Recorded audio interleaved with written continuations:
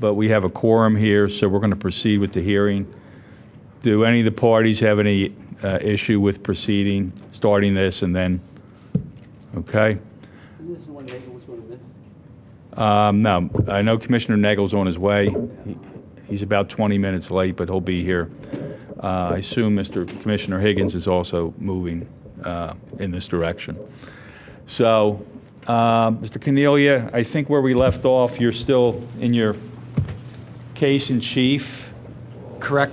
And you have a new witness to? No, I think what we have, where we're going to leave off now is doing cross-examination? Yeah, cross-examination on the by traffic Mr. Bola. engineer. Yes. Okay. Okay, Mr. Bola. Proceed. Thank you, Mr. Rice. This is the cross of Frank Tavani. Before you, if you've handed it out yet, Mr. Rice, is Exhibit T3.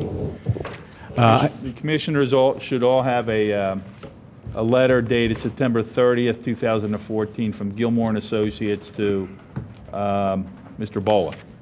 And that's being marked as Township Exhibit T3. That's correct. Thank you, Mr. Rice. And copies have been sent to Mr. Cornelia today when issued, and then this evening. Mr. Tavani, how are you, sir? Fine, thank you. Good. And have you had an opportunity to review this letter from Amy Kaminsky dated September 30th, which we've now received into evidence as T3?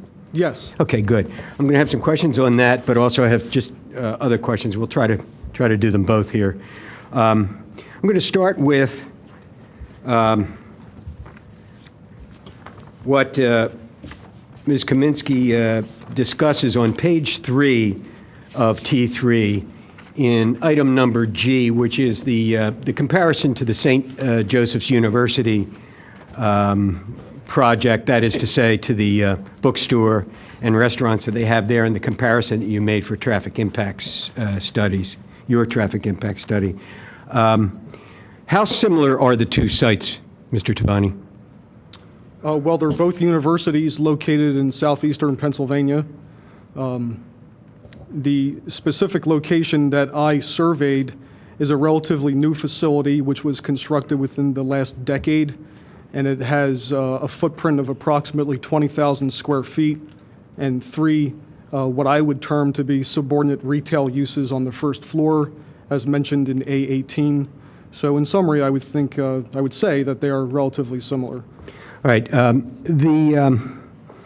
You did your counts there in peak AM hours of 7:30 to 8:30 AM. Is that correct? The exact clock hours I actually do not recall, but I believe they're mentioned in Appendix G of A18. If you indulge me, I could probably find that quickly. Yes, that's correct. Okay. Now, at that time, the St. Joseph's University bookstore is not open, correct? Correct. It opens at 9. So it wasn't taken in. You didn't do any counts on anything going on there. There might have been some staff that were beginning to arrive toward the end of the 60-minute period, but it was not open for business. All right. And the restaurant and bistro were not opened at that time either. Correct. So who were you taking counts of? There was a Starbucks located in that building. Okay. Is there alcohol served at the bistro at St. Joe's? Yes. Do you know if there's alcohol proposed to be served at the bistro here? I do not know. Okay.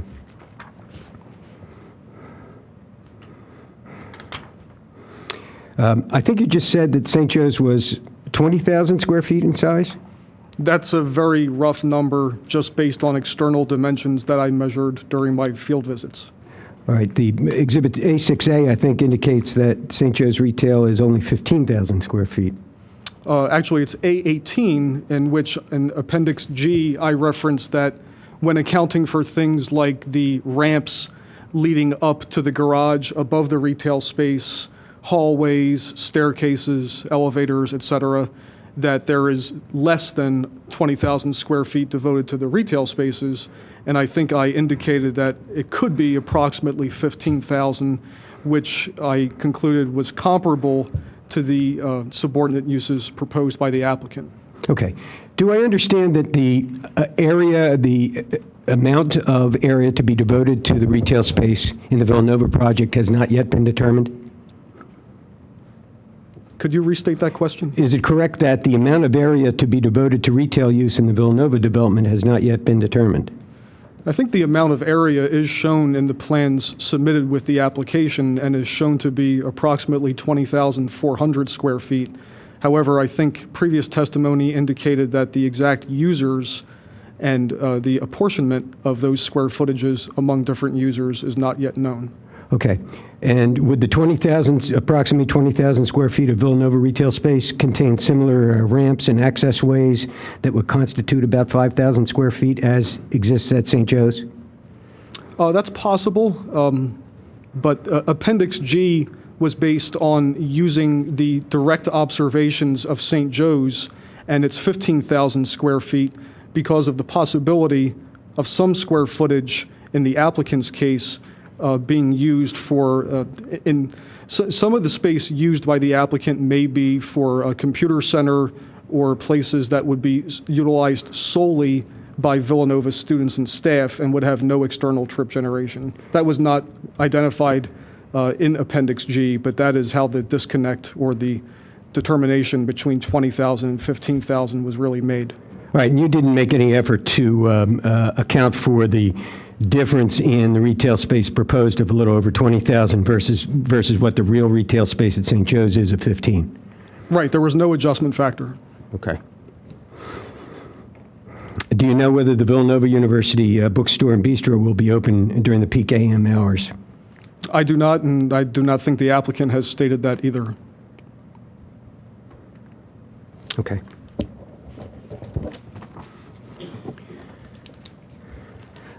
The plan generally directing your attention to Ithan Avenue, south of Lancaster Avenue, between Lancaster and the parking garage. The plan presently calls for a left-hand turning lane on Ithan into the parking garage, correct? Yes? And there is also a left-hand turning lane proceeding northbound on Ithan onto Lancaster Avenue, correct? Yes. All right. Have you discussed those back-to-back left turn lanes with PennDOT? No. Do you know whether, I mean, there have been times where they have questioned or attempted to modify those back-to-back situations. Do you know, have you any clue how they'll handle this one?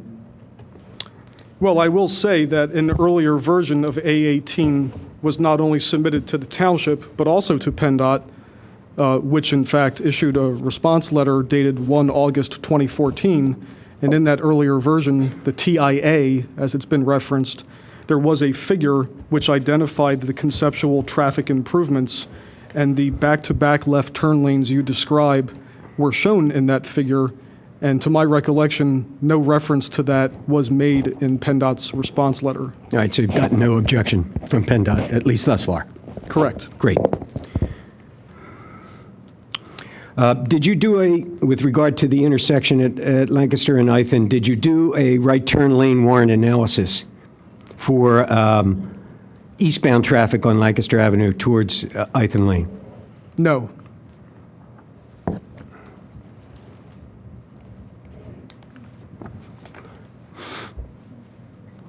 Discussing or referring to the proposed four-way stop sign at the intersection of Ithan and the Pike Garage,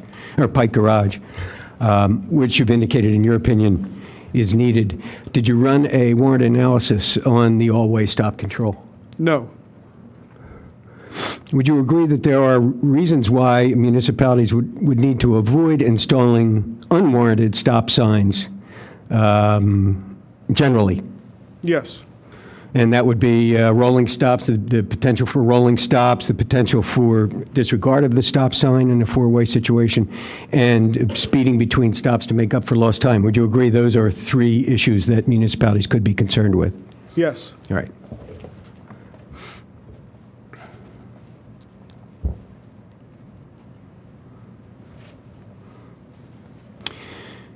In your experience, what occurs at an all-way stops control during non-peak hour conditions? Are motorists likely to perform a rolling stop at unwarranted stop signs? I'm not sure if there's any greater likelihood during non-peak hour versus peak hour. But to answer your question, I believe the intent is for motorists to obey the traffic control device regardless of the time of day. Okay.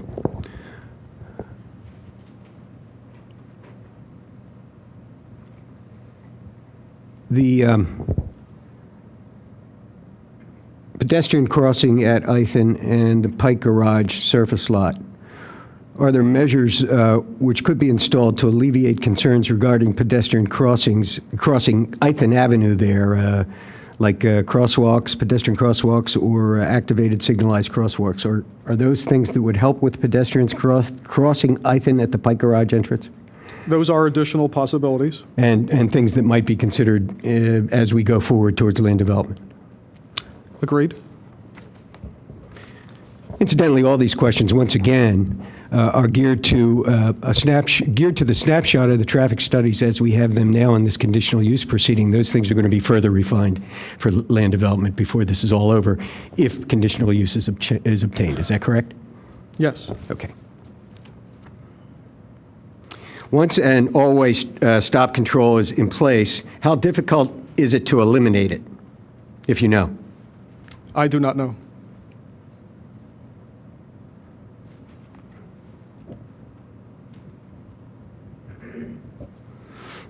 There was also some discussion, I think, at the last hearing regarding the SEPTA bus stops located near Church Walk. You're aware that SEPTA will move those bus stops based upon information, and that is something that could be achieved if there was a conflict between the crosswalks and the bus stops, correct? I'm sure SEPTA would entertain a conversation, yes.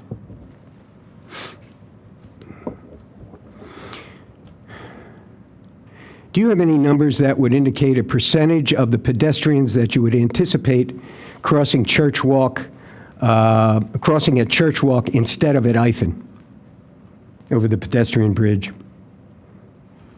I do not have a percentage readily available. Some pedestrian projections were made, I believe, in 2013, but I do not have them committed to memory. Okay. Do you recall approximately, roughly what they would be? I'm not looking for something that I'm going to pin you to here. I just for a matter of interest. Was there something that led Villanova to determine that this would be advantageous to put this crosswalk there? There was a percentage that was cited regarding a massive instructional space on the north side of Lancaster Avenue on the main campus, and I believe there was, the number used was 70% of the instructional space was closer to the Church Walk location than, say, the Ithan Avenue location. So that was then extrapolated to make an assumption that perhaps 70% of the pedestrians would use that?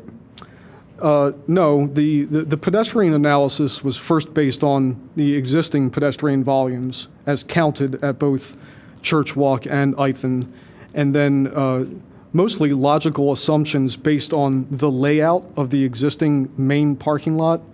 Obviously, if you broke it up into, say, two halves, the western half of that parking lot has more of an attraction to cross at Church Walk, especially if it's destined further west where the 70% of the instructional space is located. It would be nonsensical for those motorists to walk out of their way to the east to cross at Ithan. So based on that logic, with the parking lot being replaced by buildings, but still ultimately generators of pedestrian trips, it's just buildings now and dorms instead of cars, there was some basis for extrapolating that process with the ped bridge added, if that makes sense. Okay.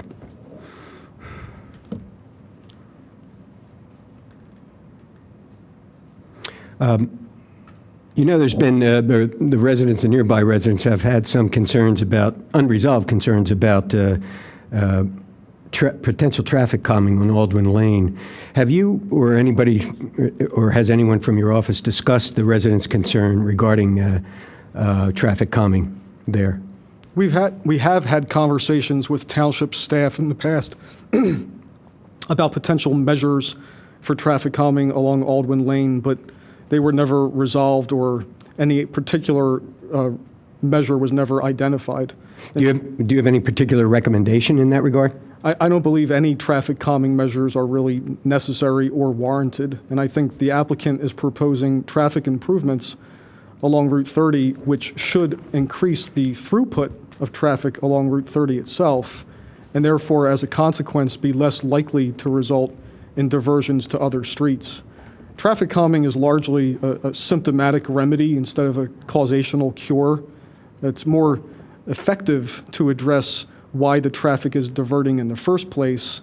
And when you look at the elimination of 8 driveways, the extension of existing turn lanes, the addition of new turn lanes, the creation of a new grade separated pedestrian bridge, these all incrementally add up to what should be an improved experience, not the least of which is punctuated by the fact that over 1,100 currently commuting students will now be campus residing students, which will also remove traffic from Route 30 during peak hours.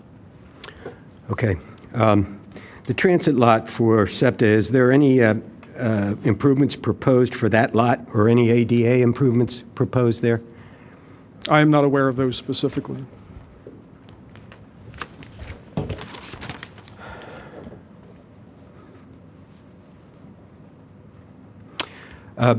You recommended investigation to reduce the existing 26-second long pedestrian scramble at the Ithan-Lancaster intersection. However, you also mentioned that the lane width widening may extend that time. What is your realistic opinion as to whether that time, that crossing time, can be reduced? If the lane configuration is left as a 5-lane cross-section, I think there's a realistic expectation it can be marginally reduced. If additional lanes are added, I think it's very unlikely, or it's likely that the PED phase will become longer than existing conditions. All right, that's one of the primary reasons that you feel that the right turn lane is not needed there. Is that correct? That's one of 2 reasons. The other being that it's superfluous and not really needed to mitigate the applicant's impact as required under the ordinance, and doesn't really offer much meaningful improvement since underlying traffic is relatively light for that movement. Okay.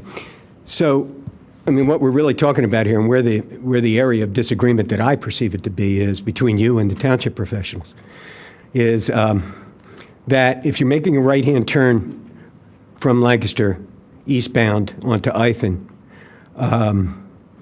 during special events, it might be helpful to have that right-hand turn lane there, but if you accept your testimony during non-special event times, it's not necessary. It will increase the pedestrian crossing time. Am I correct? Partially. Okay. Where am I missing something?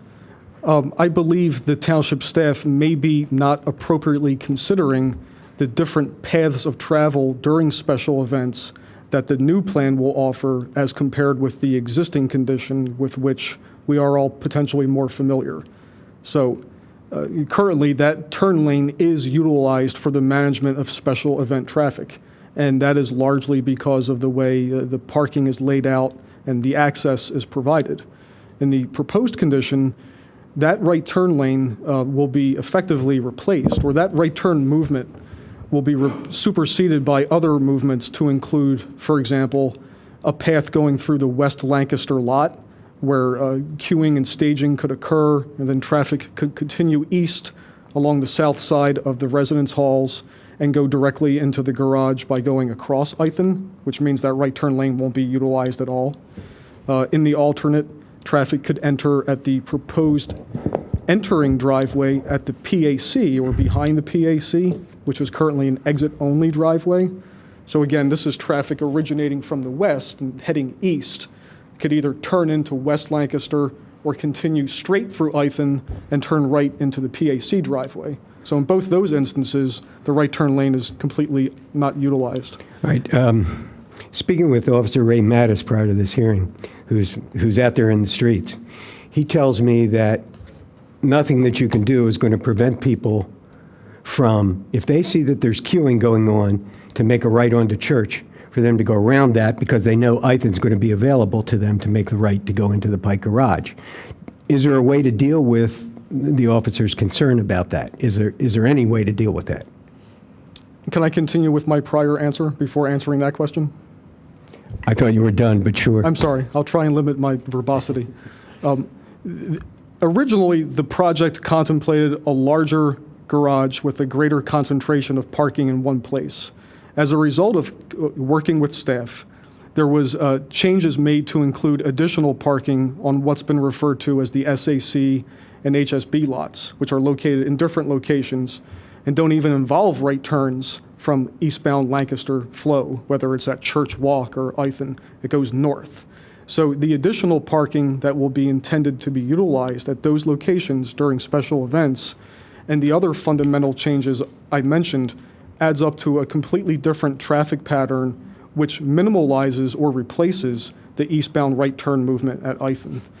Now, going to your second question, I think what I just said is intended to actually address that to some extent, but I respectfully disagree that traffic will, as a matter of attraction, continue to take that path to go to the garage.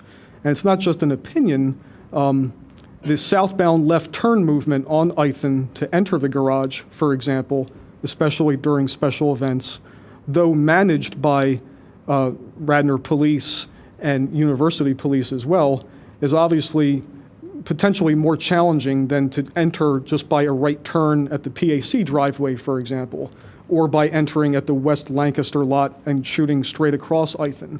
So I think the motorist will learn to avoid making that movement and avoid that intersection, which is so frequently, if potentially inaccurately, cited as being a very congested location, and instead seek out alternate paths.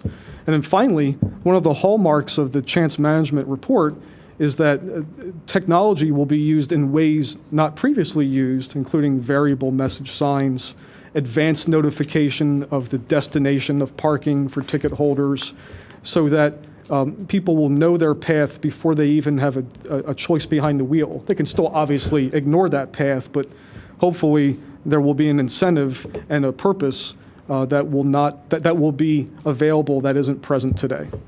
Thank you. Right.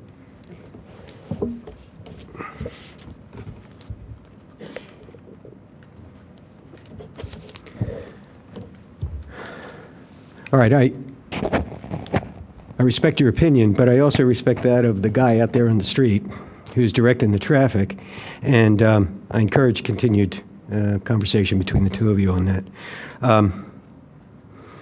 Officer Mattis also informed me that on September 20th at Parents' Weekend, there were 4 wayfaring signs placed along eastbound Lancaster Avenue.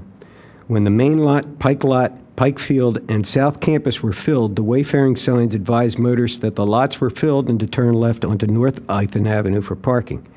This did not happen, and the motorists continued to turn down South Ithan.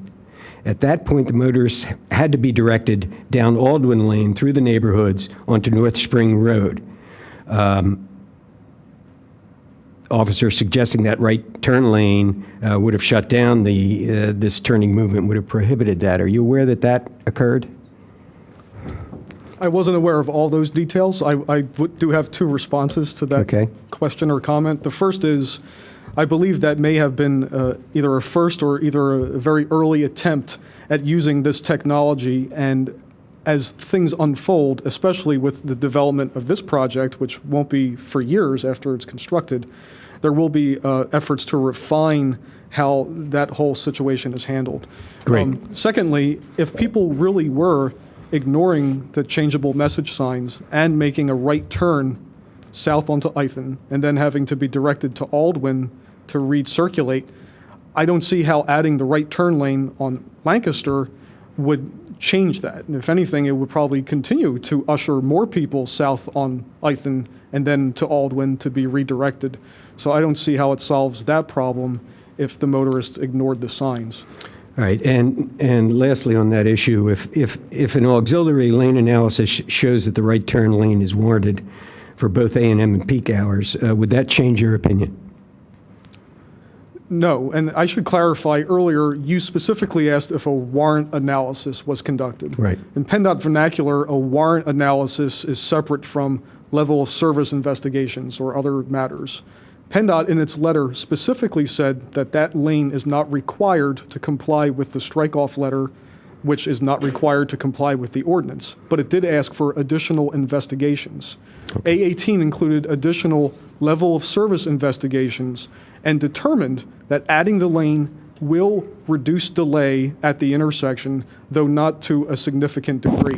Obviously, adding a right turn lane to every approach to the intersection, or all 17 intersections in the study area, will reduce delay even more. But the reason why the applicant is here at this hearing is to determine whether or not the burden of the ordinance has been met, and I believe in this issue it has. Okay, thank you. Now, if I can direct your attention to T3. And I'm going to go through the comments that begin at the bottom of page 2 from Ms. Kaminsky. And most of this I think we can run through fairly rapidly. Comment number A1 is that you have to provide a turn lane length analysis for new proposed turn lanes and for the eastbound right lane at that intersection. Do you agree? I agree that the analysis was provided on page 7 and also in Appendix K of A18. I think we covered the right turn lane warrant analysis and why it's not requested by PennDOT pursuant to the strike-off letter. And I think there are additional lane warrant analyses that could have been done, but were not included in A18 because the applicant is proposing to provide them. So the warrant analysis, as the name implies, determines whether a lane is warranted and should be installed or should be considered for installation. Just for purposes of brevity, in instances where the applicant was offering to provide new lanes anyway, those lane warrant analyses were omitted, but Q analyses were included. All right. So my initial response, having only received this hours ago, is that comment is actually addressed, but obviously we will take some time to prepare a written response to this. Very good. And similarly, you can respond to, at the top of page 3, her item number 2 regarding Q analyses for intersections, all intersections. This is an interesting comment because the letter states that the Q analysis should be for all intersections, and it says the analysis was provided for 5 intersections. In PennDOT's letter, it opined that to be compliant with the strike-off letter, only 5 intersections needed to be in the study area.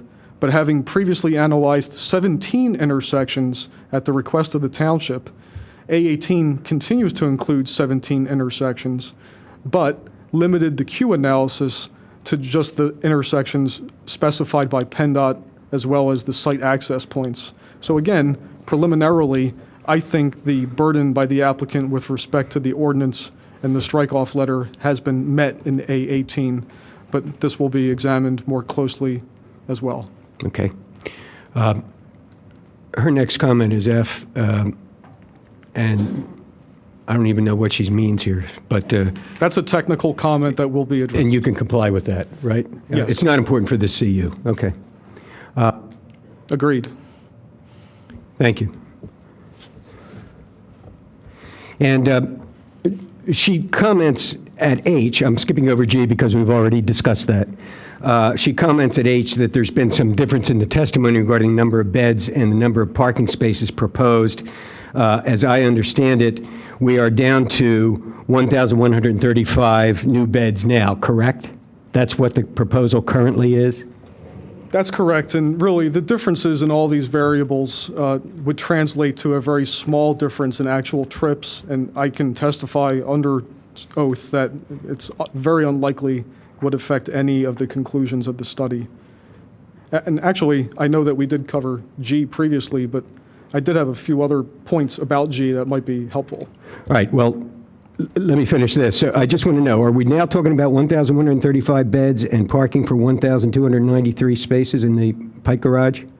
That is my understanding of the current plan, although I believe, as mentioned in the comment, what was submitted with the application were slightly different numbers. Right. But the civil engineer would be able to give a better response to this. Okay. So you wanted to comment additionally on G, which regards the comparison to the St. Joe's facilities?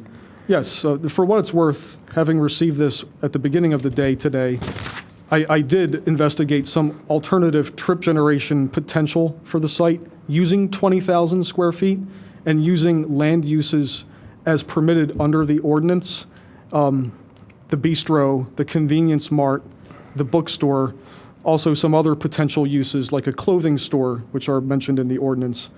And I did this even though I believe the St. Joe's analysis is not only more contemporary because it was done just this month, and more accurate because it's in a university setting, but I did it in a spirit of cooperation to comply with the request using the ITE trip generation 9th edition rates, many of which are based on data 20 years old and in non-university settings. And after doing 3 different potential scenarios of 20,000 square feet, came to the conclusion that the added trips above and beyond what was included in Appendix G ranges from 38 additional trips in the morning to 1 additional trip in the morning, depending on what the combination of land uses are. In the afternoon, it ranges from 35 to -6, an actual reduction in traffic over what was included. And this is total traffic. When you apply trip distribution, and you have a few trips here and a few trips there, it appears the levels of service won't be meaningfully affected. I continue to believe the data included is more reflective of the university setting, and I think that maybe G1, where it says to apply a factor for square footage, might be a more appropriate solution than using published rates that are decades old. And I would hope that I could work with Gilmore to determine whether or not some different response is more appropriate. I appreciate your extra work there. I appreciate that. All right. Now, she mentions at I that CU exhibits A6A and A18 are inconsistent in a couple of small areas. One, that the pedestrian bridge entry point locations are inconsistent. Did you examine that, or have you had a chance to do that yet? I believe this reference is to very abbreviated snapshots of the site plan that are included for the benefit of the reader in Figure 2 in A6A and I believe in Figure 9 in A18. And they're really not meant to represent or substitute the plans that were submitted with the application for the hearing. They're just meant to be a convenient reference point for the reader. I'm not really sure how the pedestrian bridge entry point location, which could be, I guess, the staircase, would have any effect on the traffic study. So although I would concede this comment is possibly accurate, I would also offer that it has no impact on the actual analysis. The second point we covered ad nauseum for comment G. Okay. And number 3 just says verify and revise as necessary. Very good. Moving to comment J, she indicates, Ms. Kaminsky indicates that there appears to be some revision to the PM peak hour 2023 traffic volumes. So to the extent that there is any inconsistency, that'll be straightened out when the plan is finally submitted, correct? Yes, this may require a revision to A18. It appears she's referencing potential plotting errors in the volume figures and or the analysis, and I will be happy to investigate that. All right, and same with K, which is Exactly. some inconsistencies that she's found. Yes.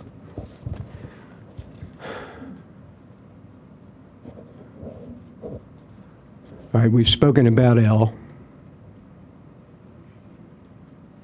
We have, and the third or the second sentence in L, no analysis was provided for this conclusion. I'm not sure if that's referring collectively to the entire previous sentence, which references ordinary traffic conditions as well as special events or special events only. There certainly was analysis regarding ordinary traffic conditions included in Appendix I, but there was no specific analysis of the special events, and this had been previously discussed a number of times with the township. And I believe the conclusion was that, for one thing, it's very difficult, if not impossible, to model special event conditions because they're typically under police control. So there's no practical way to do a level of service analysis. And I think a letter from the township traffic engineer in 2013 agreed that most of the volumes are lower anyway, which would seem to further corroborate no additional analysis was necessary and thus not provided. All right. Would the turning radiuses be, radius be?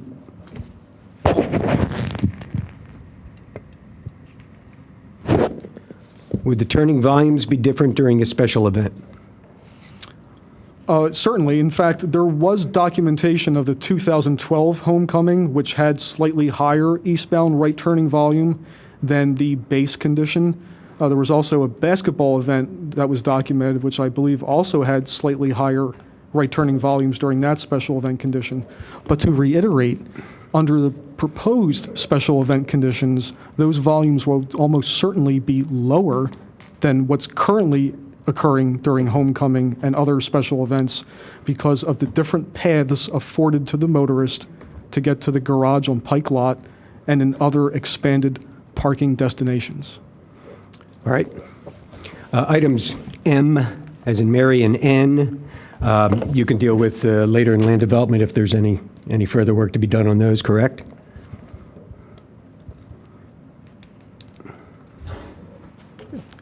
M, I just alluded to in my response to L. Right. N, I actually brought the strike-off letter with me tonight, and page 29 specifically says that deficient critical movements or approaches may be identified for mitigation investigations if deemed by PennDOT. The requirement of the strike-off letter is for overall intersection degradation. And since the ordinance is based on the strike-off letter, and since PennDOT did not request individual critical movement investigation in its August 1 letter, I don't believe any revisions to Table 1 are necessary to comply with the ordinance.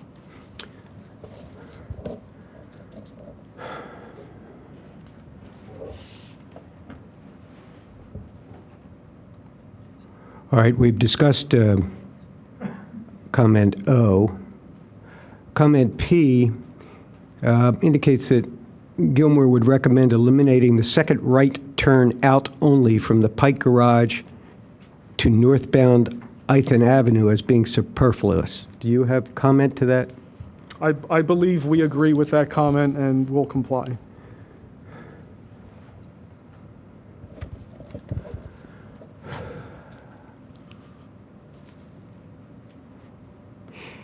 Comment Q indicates that the street-level pedestrian crossing at Lancaster and Church should be maintained.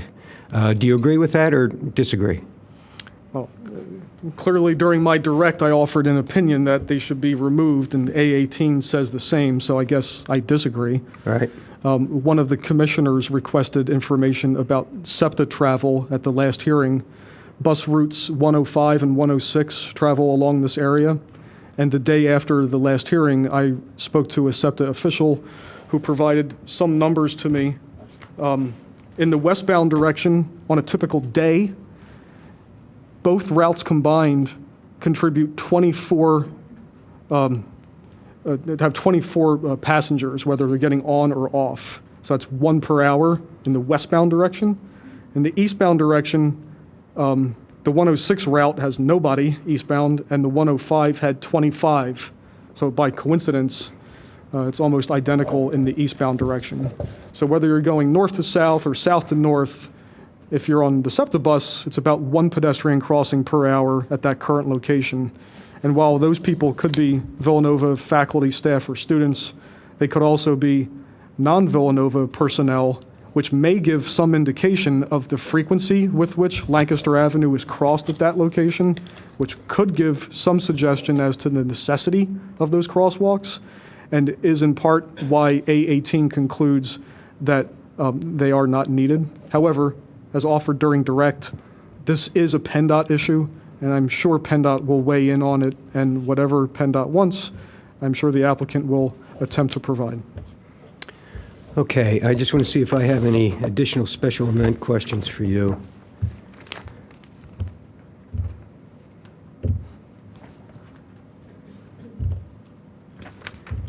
And I do not. I would like to note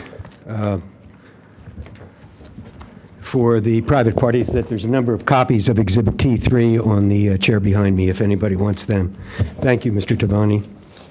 You're welcome.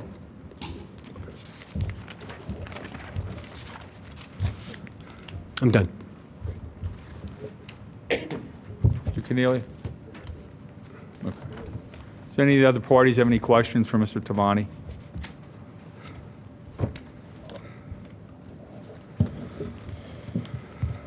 Let me run through some names. Anyone? Okay. Ms. Bailey? Come on up and ask your questions. Anyone else back there have questions? Okay.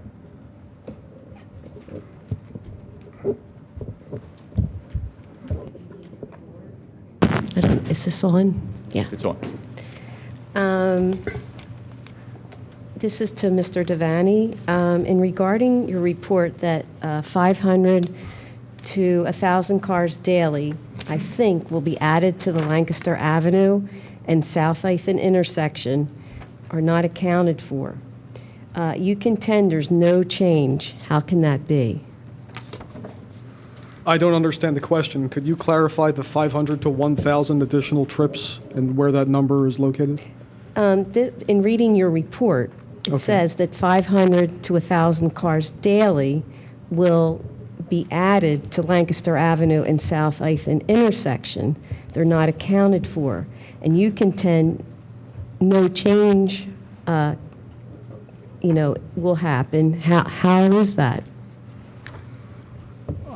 As the author of A18, I'm puzzled at the moment at the reference you're making. If you could point to a page in my study, Ms. Bailey, I do you could know what- possibly answer your question Yeah, more. do you know what page or exhibit No, I you're do taking not. that question from? It was from the prior testimony from Mr. Tavani, which I did not have a copy of his report. It's just something that I took down in my notes. Handwritten notes.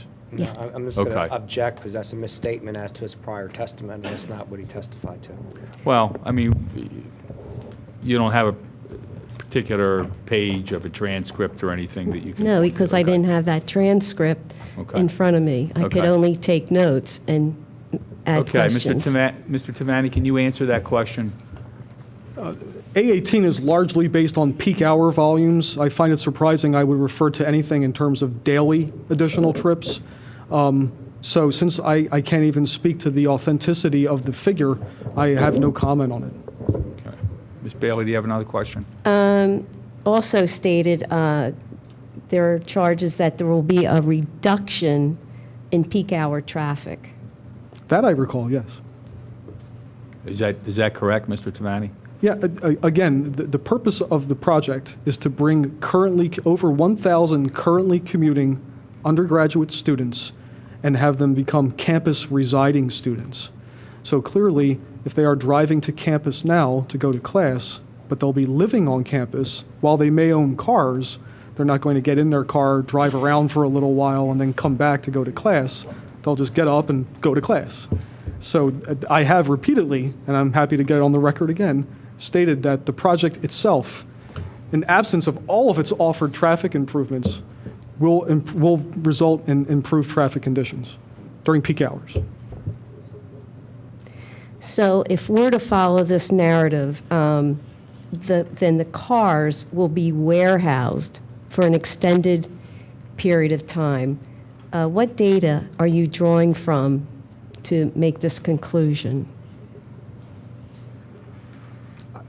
I'm basing my prior statement on the common sense that a student living on campus who is currently commuting to campus will no longer be using a motor vehicle to get to class. I don't have any data that I'm citing to come to that conclusion. In terms of warehousing cars, that term had been used loosely at previous meetings and hearings and is intended only to convey that vehicles will not be moving during peak hours, typically, that are student-owned, and over evenings as well, since they'll now be campus residing, they will be not moving also. But perhaps that term was used more than it should have been. I don't know. So I'm to conclude that you don't have data. This is something that you have concluded yourself? Yes, Thank you. sure.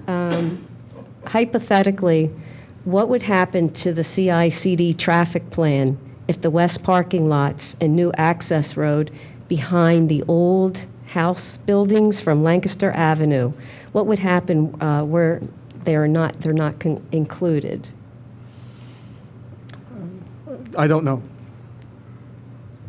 Okay, that parcel is not a part of the CICD and is currently zoned commercial. Does the success of the traffic flow into the parking deck hinge on the stacking of cars from this earlier Lancaster turnoff that's not Church Walk? And if so, how does the application then comply with the CICD? No, and not applicable. It's not applicable. Okay. You stated that many issues that may arise will have to be solved post-development. The neighbors find this statement alarming. Can you explain the rationale for building a potentially unworkable or problematic plan I'm before? going to object to the terminology being used. If she wants to rephrase the question and ask a question from facts that are on the record, I have no objection to it. But these facts are on the record that she's Well, stated. this is a resident asking a question, not an attorney asking a question. So, Mr. Tavani either can or can't answer that question, or if he wants to clarify, but go ahead, Ms. Bailey. Finish Would your you like me to question. restate it? Yes. Okay. It was stated that many of the issues that may arise will not be resolved or solved here, post-development, not until post-development. The neighbors find this statement to be most alarming. Can you explain the rationale for building a potentially unworkable or problematic plan before more data or studies can be examined? So the question is, do you think it's a problematic or unworkable plan, first of all? No. And if so, what would be the solution? I don't think it's problematic. I don't recall the statement, even if it's a paraphrasing at the beginning of the question, being offered under my direct or at any other time. I may have offered that a post-development traffic study, some collection of traffic data after the development is built, might be helpful for both the applicant and the township. If that is the recollection of the citizen, that was not meant to convey that the plan is problematic or unworkable in any sense of those words. Yeah, Ms. Bailey?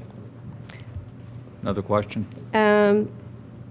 Has there been any serious thought to another bridge at South Ithan or even a tunnel to mitigate the pedestrian traffic? Yes. And what was that? The serious thought? Yeah, I mean, what? I'll ask the follow-up question since. Thank you. But what was the discussion or the analysis? With regard to a second pedestrian crossing, some consideration was given for Ithan Avenue, for example. And at that location, the existing topography of the land, both on the north and south sides of Lancaster, are not as conducive as they are at Church Walk, where you have that natural grade going up to the main campus on the north side, combined with an existing tower structure for the Route 100 crossing. If you build a pedestrian bridge that is on a flat surface and has to span a long area at a great height, it's harder to get pedestrians to comply with that structure. So even though it was considered, and it was considered seriously, it was ultimately determined to be too problematic to warrant or really have useful patronage. So for engineering and cost considerations, basically, right? Because of the span you have to. It really had nothing The to- existing terrain. Had nothing to do with engineering or cost. It had to do with how flat the terrain is on either side. We can't, no matter how much, no matter the size of the endowment, the applicant can't raise the entire campus to try and make the grade more meaningful. There's always going to be an arc that would be built. So it really had nothing to do with either of those factors. And what about the tunnel? Well, the tunnel is very similar. Now you have people going down and then going under and up. There's also security issues and other concerns with the tunnel, which I cannot speak to as well as other witnesses, and frankly, don't recall all the details of. Okay, Ms. Bailey, you have another question? I just comment to that. So you're stating that you believe for cost reasons that you wouldn't put in another bridge, and that the bridge that is being considered is the absolute best location for the students, for any pedestrians that might be using it in the community. Like others before it, that was a compound question, I believe. It was really two. Oh, and I said cost. I asked that question. Yes, But I don't think he did, but The cost answer, again, is no. It has nothing to do with cost. And the second answer is yes. I believe the Church Walk location is the best location. Now, tonight's testimony, had written this down. Do you know, either by written or verbal communication, that SEPTA would be moving their bus stops? And what happens to pedestrians who are walking Lancaster on the north side and want to enter Villanova via crosswalk? What happens to them? Where do they go? I don't know that SEPTA has been approached yet. I think that was your first question. The witness might benefit from one question at a time. I'm sorry.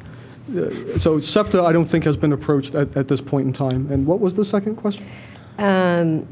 What happens to pedestrians who are walking Lancaster on the north side, who want to enter Villanova via the crosswalk? What happens to them? Where do they go? So if a pedestrian is walking along the northern side of Lancaster Avenue and wants to, for some reason, get to the south side, assuming they started their trip somewhere other than Villanova's campus, for example, east of Ithan or west of 320, if they knew that the pedestrian crossings were no longer provided at Church Walk, which they would learn after the project was completed, I would opine that they would probably cross somewhere in advance of that location, like at 320 or Ithan Avenue.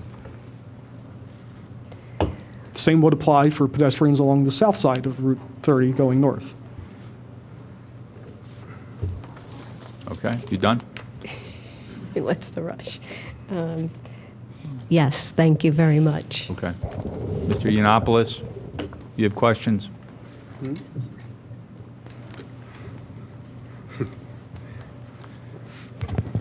And just before I start, Mr. Rice, I just wanted to clarify something.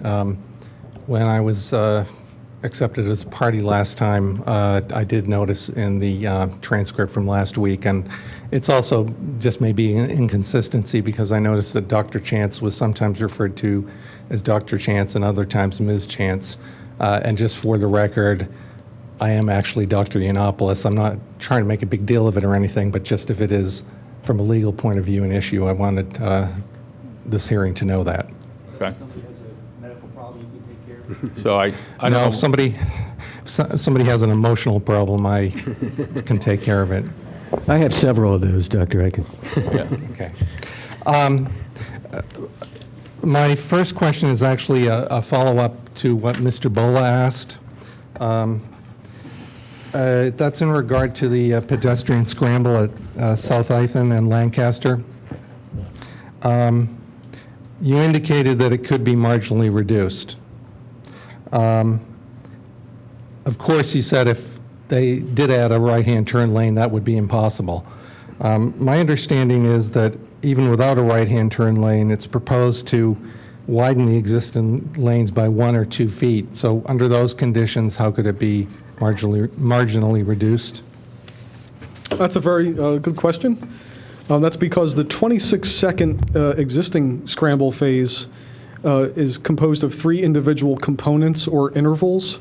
And although 2 of those intervals are fixed and or a function of width, the first interval, the flashing walk phase or the solid walk phase, does have some flexibility. It's currently set to 9 seconds. It's my understanding that PennDOT District 6 typically accepts a minimum of 6 or 7 seconds. So even though one of the other intervals will increase as a result of the width additions and other factors as well, there's a potential for the first interval to decrease, potentially equaling or offsetting the increase I mentioned. So under those conditions, with the existing configuration, 5 lanes, I think it's possible to reduce, potentially, the existing scramble phase. But with the addition of another 12 feet, since one of those intervals is based on distance, there's no hope for that. Okay, thank you. You're welcome.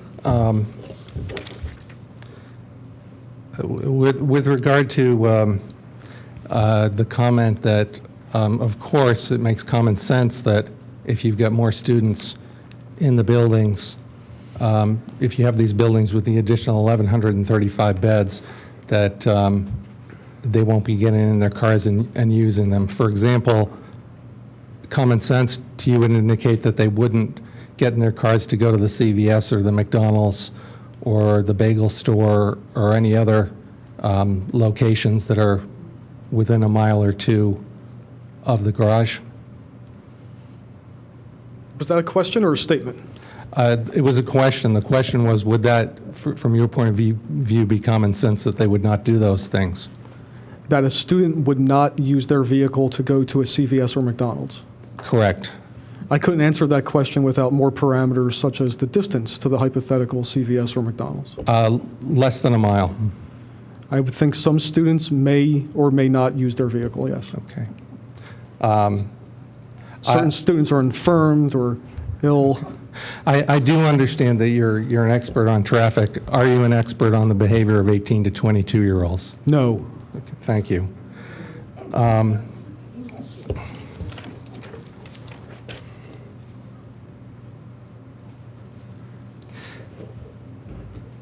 In terms of doing forecasts for the future, what did you assume about student population? There were no assumptions with regard to any change in student population. So the assumption was that the current population will remain constant, correct? Essentially, yes. I mean, Okay. obviously, from year to year, there's small variations, but the project itself is not aimed at increasing or decreasing the student body from a class attendance standpoint. You mentioned earlier tonight, and I think I've heard you say it before, that this proposed project would be bringing more students, pulling them out of the local neighborhoods where they live off campus and bringing them on campus, which is indeed one of the arguments that was presented during the approval of the CICD, that this would be a great benefit because they'd be pulled out of the local neighborhoods and out of these apartment buildings and houses that they rent and so forth, and that indeed many commissioners mentioned this is a reason to vote for the CICD. Do you agree with that, Mr. Tavani? No, I've never made that statement. I've made a statement that there would be currently commuting students converted to campus residing students. Okay. Whether those currently commuting students are inner ring residents in Radnor Township or extended ring beyond the township, the fact remains that there's a total finite number of students, and whether some shift externally to a more abbreviated location, the ones in the abbreviated location will move onto campus. So there's a reduction in total external trips, unquestionably. It doesn't matter where they're going, it's Okay. a total reduction. Are you aware of both testimony and public information that's presented since the CICD approval that indicates that out of those 1,135 beds, 275 would actually be allocated to students who are currently living in overcrowded conditions in existing dorms? Could I object? That's not the testimony. Mr. Yiannopoulos, where's that testimony from? Are you aware that this has been stated publicly by Villanova, by their administration? I'm not aware of it, and it doesn't affect what I said moments ago. It doesn't affect the number that would be no longer commuting. Correct. So from your point of view, that number is 1,135 or 860? 1,135. Thank you. You mentioned a few minutes ago that you didn't do any forecasts or projections based on other sizes of student populations. You based it on current student population, correct? Yes. How would your analysis be impacted if the university increased by 10%, I don't know. by 20%? I don't know the answer to any of those questions because I did no analysis other than what I described in A18. Okay. Did you look at historical data to make projections about what the population would be in 2018 or 2023? I reviewed historical data, but not for purposes of projections to future years, And why wouldn't you do that? merely because of curiosity about how steady the student population at Villanova has been for the last 20 years. And in fact, I think there's a histogram included in one of the appendices of A18 as witness of that. Are you referring to the undergraduate population or the total population?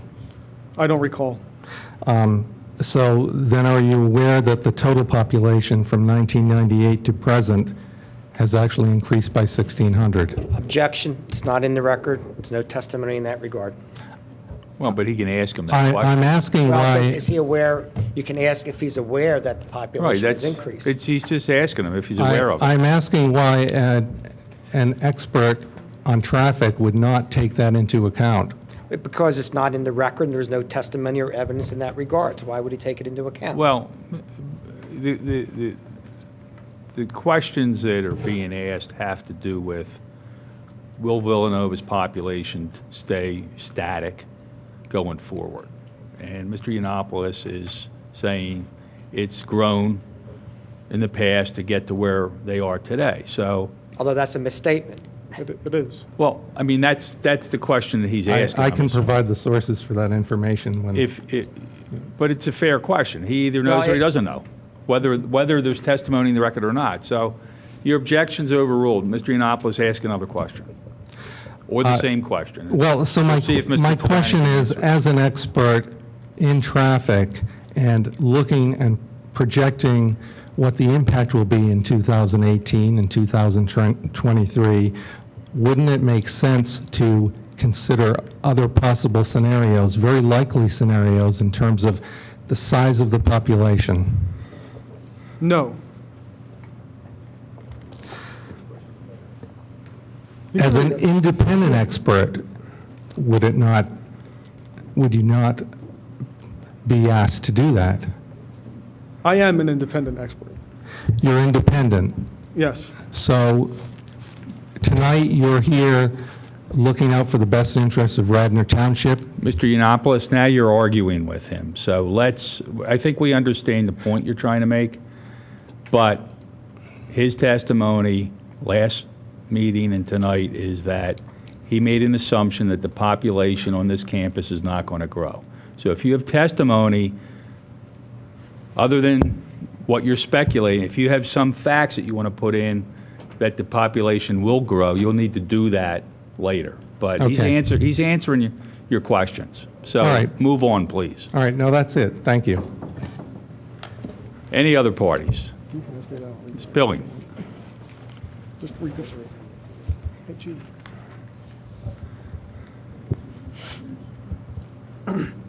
Mr. Tavani, good evening. Hello. How do you envision pedestrians getting across Lancaster Pike at South Ithan after an event, either going north after a performance center or coming south after some kind of an event at the eastern end of the campus? How do you envision getting this, let's take it Parents' Weekend, and I have personal experience of what happened, when you have 1,760 freshmen, and perhaps you have 2 parents, so we're talking 3,000 people. How do you envision those people getting across the street after a big event like that? And I'll ask you the other question. I envision they will use the existing crosswalks and pedestrian phasing afforded at the intersection of Lancaster and Ithan. On a 20-second scramble, or will they have to be altered? It's 26 seconds currently. Excuse me, 26 seconds. And depending on the event, there may be additional police control or chaperones that would assist and have a longer crossing time than 26 seconds. So without being specific to each event, the answer is either the existing phasing or the additional controls afforded by direct management of the signal. Well, at Parents' Weekend, which was 2-3 weekends ago, I sat twice for 8 minutes at a time while people Gotta flowed ask across the that street. She asked a question. Okay. What other means, what other techniques could Villanova use to avoid the movement of, say, 2,000 people across that intersection after an event? I don't know. What suggestions might you make? I don't have any. I would suggest they move it so they came back over the church walk and didn't cross Lancaster Avenue at Ithan. Thank you. Thank you, Ms. Pilling. Any other questions from the parties? Okay. Any board questions up here? First question, we've heard the expression of speeding up between stops to make up lost time. And is that a phenomena supported by research, or is that just sort of observation? Meaning I've heard it mentioned, but I've never seen it in print. So is that something that is recognized by transportation engineers? I'm not personally aware of any studies, but since I did not make the statement anyway, it might be a better question for. But you're not aware of, so the question then is, are you aware of studies that document that phenomena? And you answered that you're not. That's what I heard. at least. I'm not, and I would offer that if you're a motorist and you see a yellow light go to a green light, or you see a green light that you think is about to end, it's possible that you might speed up to achieve that interval before it goes to red ball. So it doesn't really matter if there's a stop sign that's going to stop you temporarily, or if you were just driving, whether the temptation is there regardless. So I think there may have been studies. I'm not aware of any. I'm not sure how it really applies to the. Okay. My second question involves the risk of speeding during low volume time. So meaning if the road is designed for peak volume and it is widened to accommodate peak volumes, would that increase the likelihood of speeding during low volume times? Potentially, but only marginally. Very good. And similarly, if crosswalks were eliminated at Ithan and also at Church, would you have a likelihood of a sort of like a freeway effect, meaning that the road would be viewed as a thoroughfare, and you'd have increase in speeding during the low volume times? If those crosswalks were eliminated, there would certainly be a change in the perception of the motorist, and Yes. that could result in higher speeds. But And more then- importantly, the elimination of the ped scramble phase would result in a longer 2+6, a longer Lancaster Avenue green time duration, which could result in differences in travel patterns. So the crosswalks then contribute to a mentality that could reduce the speed, meaning that if the roadway is viewed as a freeway, cars will be inclined to travel fast. If the roadway is viewed as something that's shared between pedestrians and vehicles, pedestrians are less inclined to drive fast. I think the illustration you make is only significant at multiple locations where you have a corridor that really converts from more of an urban environment where you have multiple crosswalks, multiple signals, and then suddenly remove all of them at a half dozen or multiple locations, and it changes the perception of that Right. corridor. Which you would have Spot if- changes probably will not result. But in- if you remove the crosswalk at Ithan and the crosswalk at Church, would you create that corridor? My sense is yes, you would be enhancing that speed corridor, which is contrary to the intent, or one of the intents of the CICD. I think that's possible. I think if you removed it at only one of those two locations, there would not be as much effect, if any. Very good. Thank you. You're welcome. Any other board questions? for the witness. I've got a couple. I just need some clarification. Mr. Tavani, could you tell me the number of vehicles that use Lancaster Avenue average per day? Do you have that number? I don't, but it's in A18, and I could easily find it. I think I don't have that A18 with me. According to PennDOT's latest numbers, it's about 17,000 trips per day. Okay. And Lancaster Avenue is 2 lanes in each direction. At Ithan, 2 through lanes in each direction at Ithan and Lancaster? Yes. Okay. Well, technically, 1 through and 1 shared through right, but That's correct, yeah.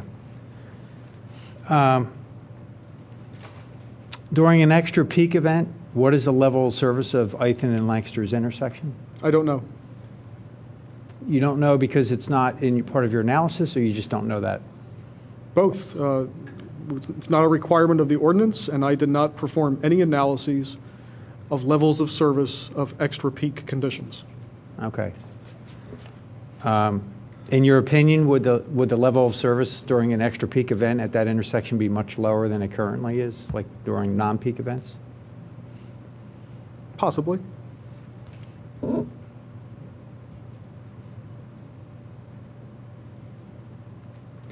Earlier, you stated, I think it was in all, just a final comment, you had said that adding right-hand turn lanes to all intersections, all that were listed, would improve the level of service at Ithan and Lancaster. You said that earlier tonight? If I did, I misspoke. What I said, what I believe. But do you believe that's true? No. You don't believe that's true? Please restate your question. Earlier tonight, you stated that adding right-hand turn lanes to all intersections in the study would improve the level of service at Ithan and Lancaster. I don't believe I said that, and I do not believe that's true. I could clarify what I believe I said. What I believe I said was adding the right turn lane will result in a marginal decrease of delay at the location. That decrease is not required to mitigate the impact of the application. It's not required in the PennDOT strike-off letter or in PennDOT's review letter. But, as I stated, it would result in marginally reduced delays. I then continued that adding right turn lanes to all approaches at that intersection, or all of the 17 intersections in the study area, would also reduce those delays. But that is not the applicant's burden. At some point, an applicant's burden ends, and in this case, the ordinance specifies it's what's promulgated under the strike-off letter. Okay. I just want to clarify that earlier you had been asked whether you took into consideration the rate at which current resident students who park on campus use their vehicles for trips. So these are students who are living on campus. They live in the dorms. They have a vehicle parked at one of Villanova's on-campus parking facilities. Do you have any rate information of their use of their vehicles, the number of trips they generate? Yes. Okay. And in your opinion, if we increase the number of students living on campus, and therefore the number of cars in which they bring to campus, would that also increase? Well, won't necessarily increase the rate, but would it increase the volume? I did not perform any analysis that compared and contrasted total daily trips among students who are campus residing, for example, at West Campus, versus campus commuting. I don't know what the difference, if any, is. Currently commuting students who arrived on campus in the morning, I would think, if they had a break in their schedule in the middle of the day and wanted to go to a CVS or a McDonald's, would make that midday trip just as likely as a student who lived on campus and had their vehicle afforded. In other words, I don't see why there would be any difference in midday trip-making characteristics. But I did not specifically make observations relative to that. And my testimony, so it's clear, is the campus residing students will travel less, significantly less, during peak hours, which is the basis of the TIS marked A18.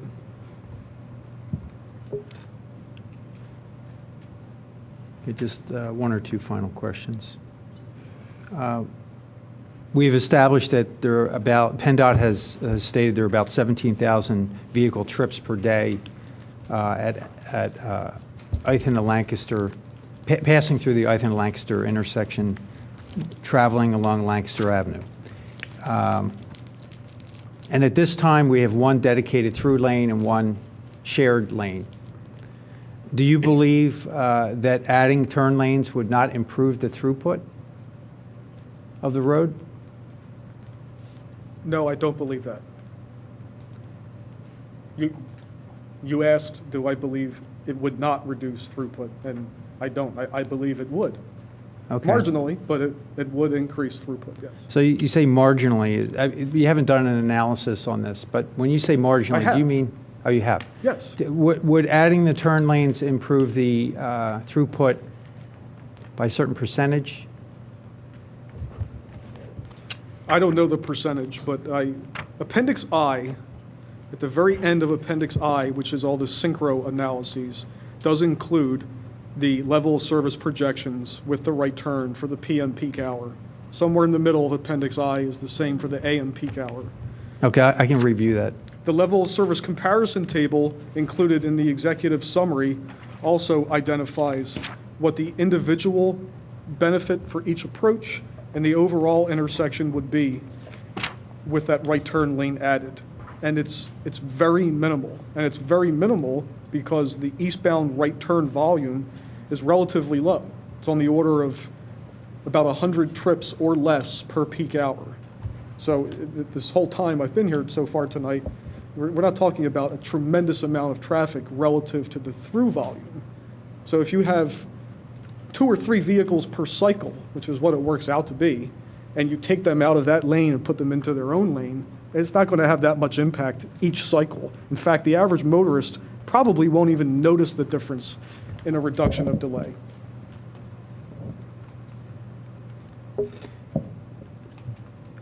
You've also been asked if additional turning lanes were added, how that would impact the PED scramble phase. And I believe you had stated that it would most likely increase the PED scramble phase because of the additional distance. Yes. Is that right? Yes. So at this intersection, you've also testified that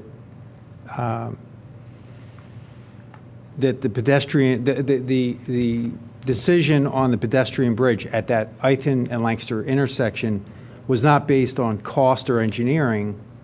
It was based on your opinion or someone else's opinion of how likely someone would use that bridge. Is that true? That is the statement I made, yes. Okay. My last question, you've indicated several times that we may see a reduction in right-hand turns at Ithan and Lancaster because vehicles will have an opportunity to turn sooner on Lancaster Avenue, possibly a Church Walk, and those vehicles would then be routed through the new development of the dorm area, through the parking lot in the rear. Is that about, did I paraphrase that okay? No. Firstly, I don't believe I used the word may. I think I was more definitive that it would reduce the patronage of that right turn. Secondly, I did not illustrate the path you outlined for the West Lancaster lot and along the residence halls as the only alternative to that right turn movement. I identified at least 2 other possibilities as well, namely a through movement continuing past Ithan eastbound on Lancaster and making a right into the PAC driveway, or in the alternate, turning left eastbound at Lancaster, northbound on Ithan to patronize the expanded parking at HSB or SAC. As part of your analysis, have you looked at any regional effects of the events? For instance, have you looked at any stacking that occurs on Route 476 No. leading to Lancaster exit? No. Are you aware that stacking does occur on Lancaster, on 476 southbound I have during no- events? I have no specific knowledge, though I don't doubt it may sometimes occur. Okay. You also made a comment that not the commuters, but the visitors to the special events would learn to use alternative paths. You made this comment. One of the events is Parents' Weekend. And the way I view Parents' Weekend is that's probably parents of new students. So is there an opportunity for new parents who are coming to campus one time to learn alternative paths and learn that maybe Lancaster Avenue at Ithan is a difficult turn? The answer is no. I believe my prior statement was not limited to just learning new paths based on trial and error, but rather the increased role the applicant will have in informing special event participants in advance about parking destinations and paths, either in written form, electronically, changeable message signs, some combination of those. I didn't say it was solely limited to trial and error experience. And do you have any basis for your opinion on the compliance of drivers with directional signs? Do you have any? I mean, do drivers follow directional signs 50% of the time, 10% of the time? Do we have any basis I have no specific, for our understanding of how well they're complied with? the answer is no. Okay. Thank you. No further questions.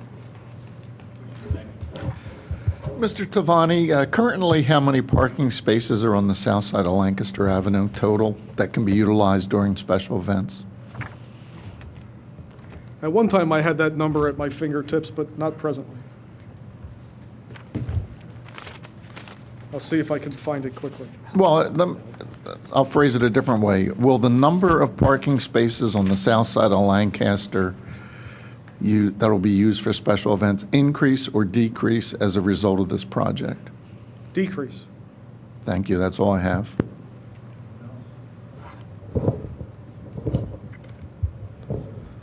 First of all, I wanted to find out about the intersection that's not shown on the drawings here. That's the intersection that is west of the development at Route 320 and Lancaster Avenue, Sproul Road. You're familiar with that intersection? It is included in the study area. Okay, right, good. It's not included in the drawing I'm looking at. Oh, I'm sorry. It's not immediately adjacent to the new development, is what I mean. That currently is one of the most difficult intersections as far as travelers and the residents are concerned.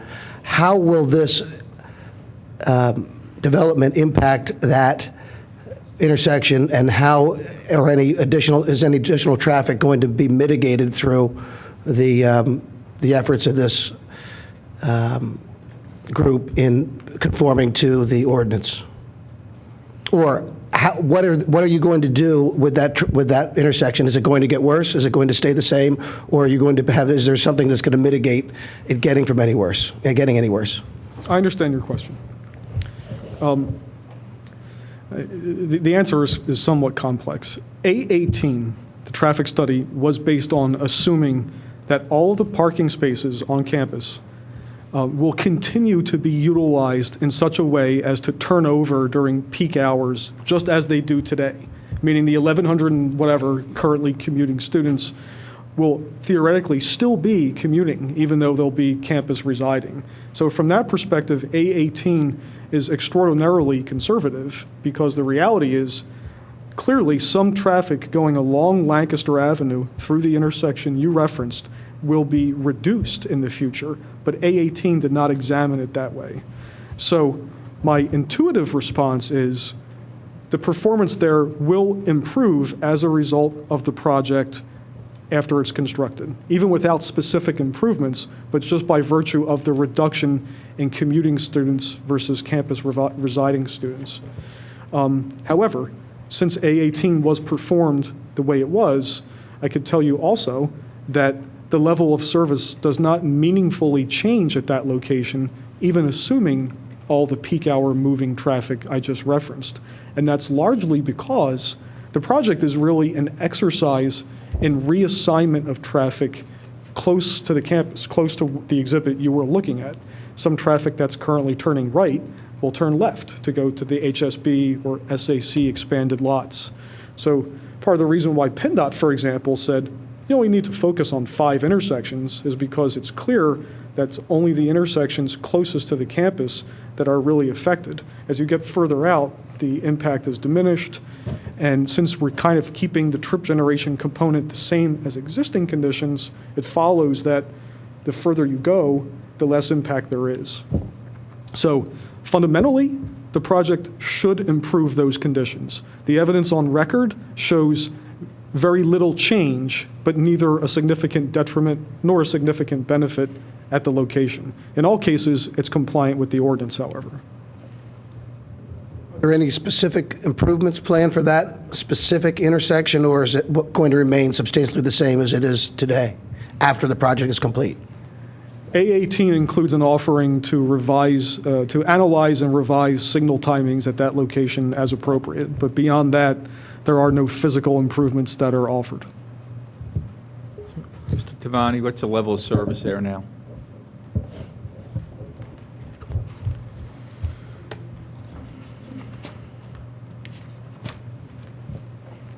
The overall level of service under existing conditions is an E79 in the AM peak hour and an F99 in the PM peak hour. The numbers being an estimate of seconds of delay per vehicle on average, regardless of direction.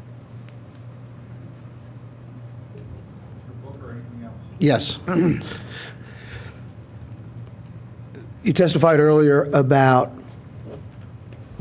the trips for students currently residing on campus and that you had not reviewed the number of trips for students currently residing on campus, correct?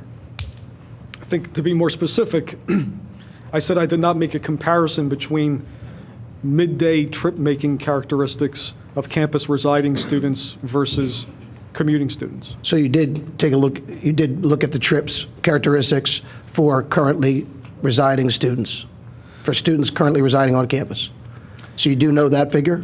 I looked at both of those independent variables to some extent, but in different ways, and never sought to analyze or compare the two. Understood. I'm just looking at the first component. So what's the number of students currently residing on campus today? Approximately. This is just rough figures here. I don't know, but I could offer a different response to your question that might be helpful. Well, what I'm getting at is, what is the current rate of midday trips for students residing on campus? Rates, trips per student per day.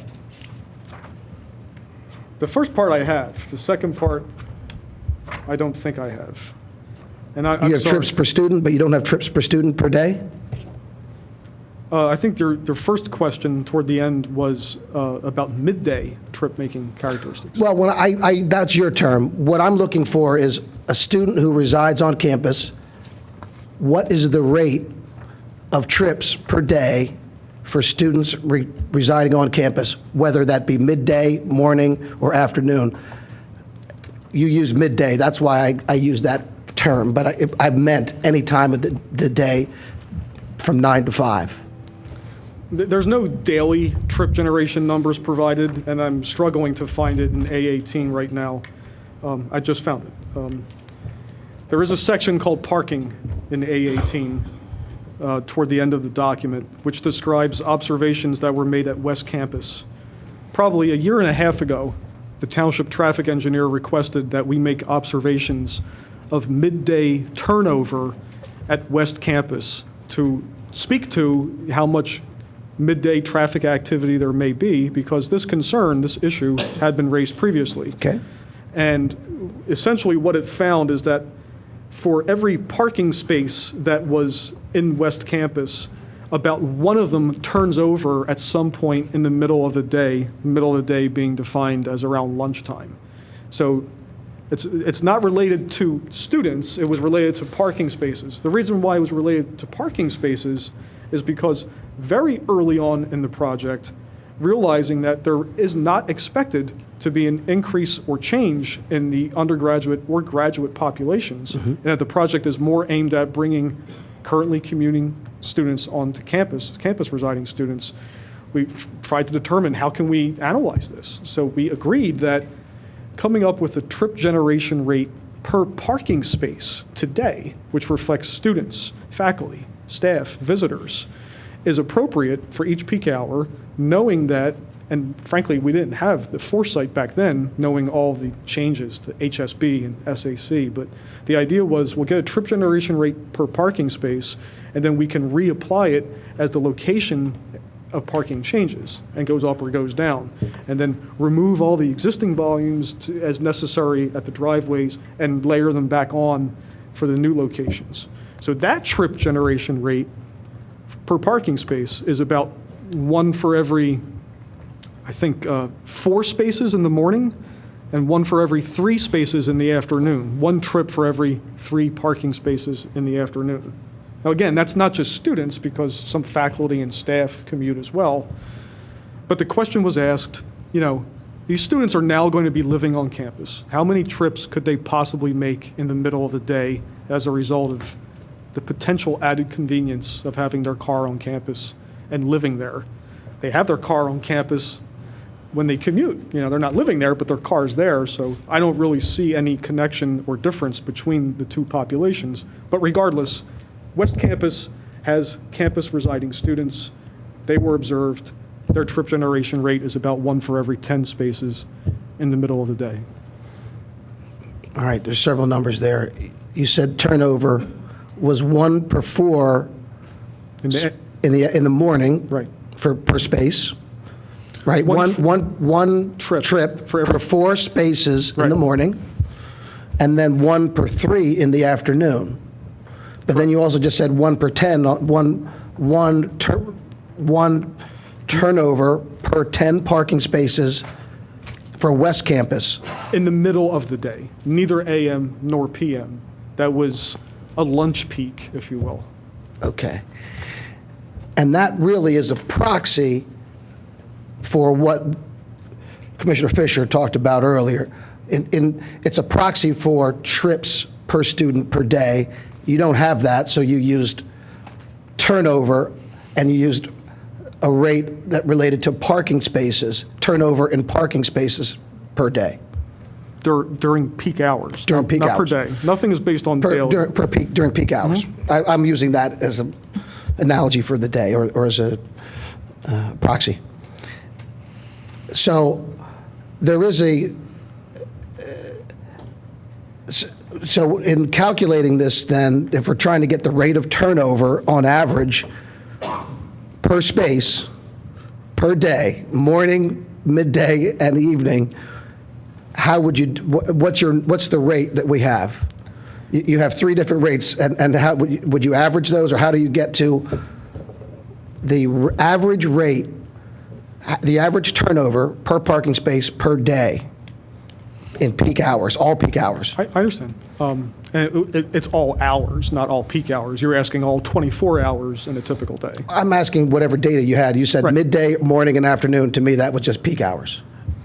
I know of no way to convert the information I currently have, whether it's the AM, the PM, the midday, or all 3, to a daily trip generation rate per parking space. I just don't know of any.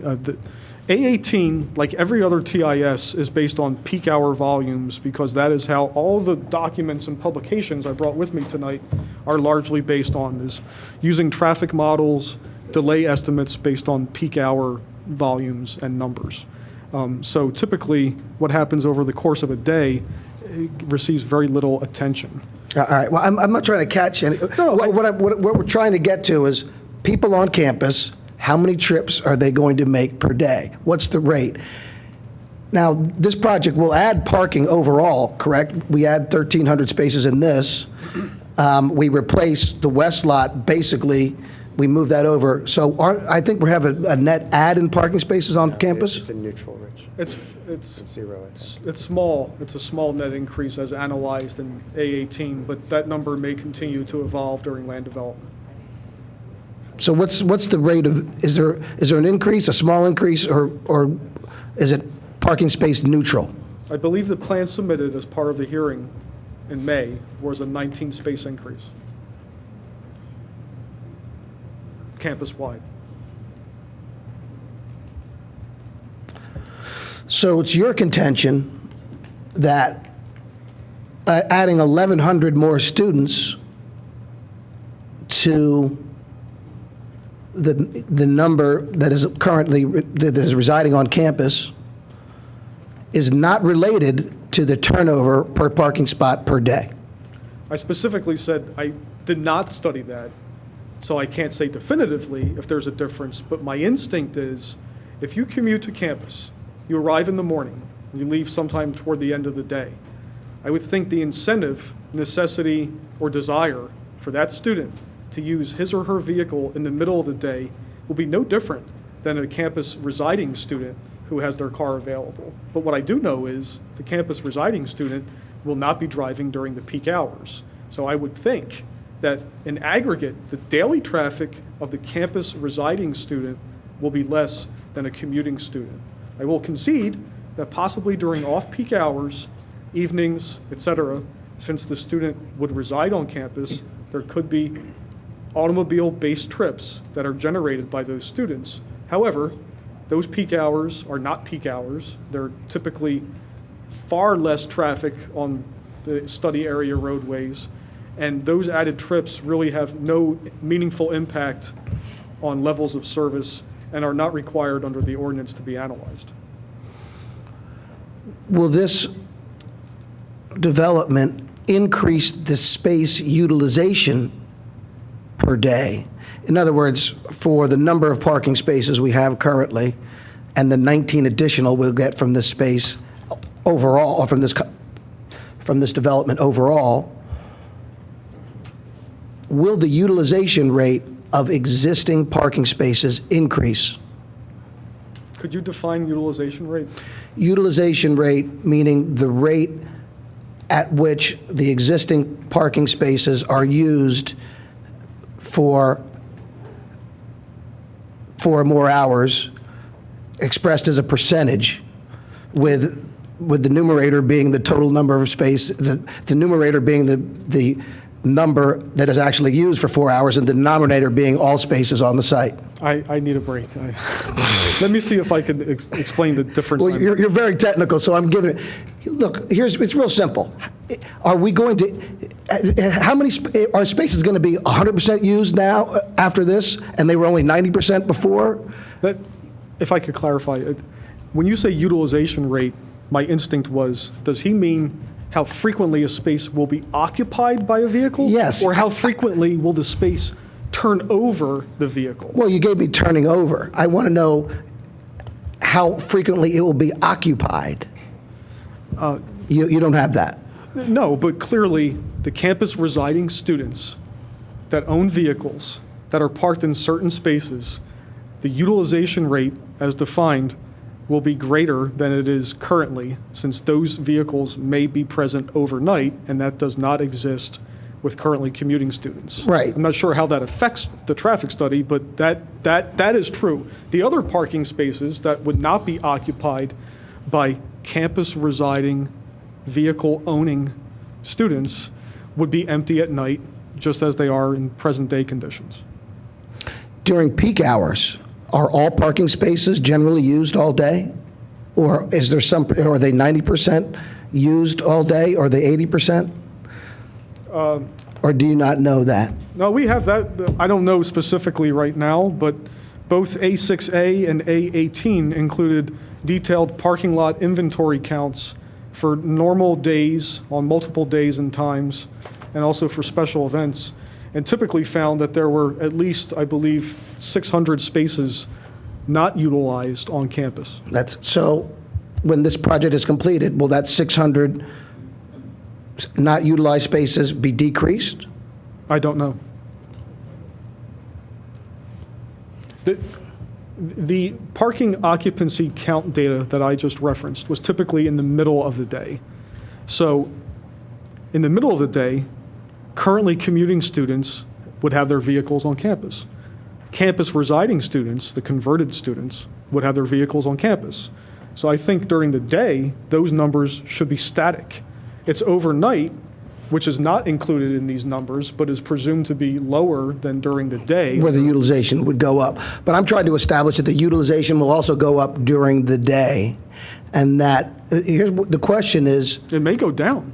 It may go down? Sure.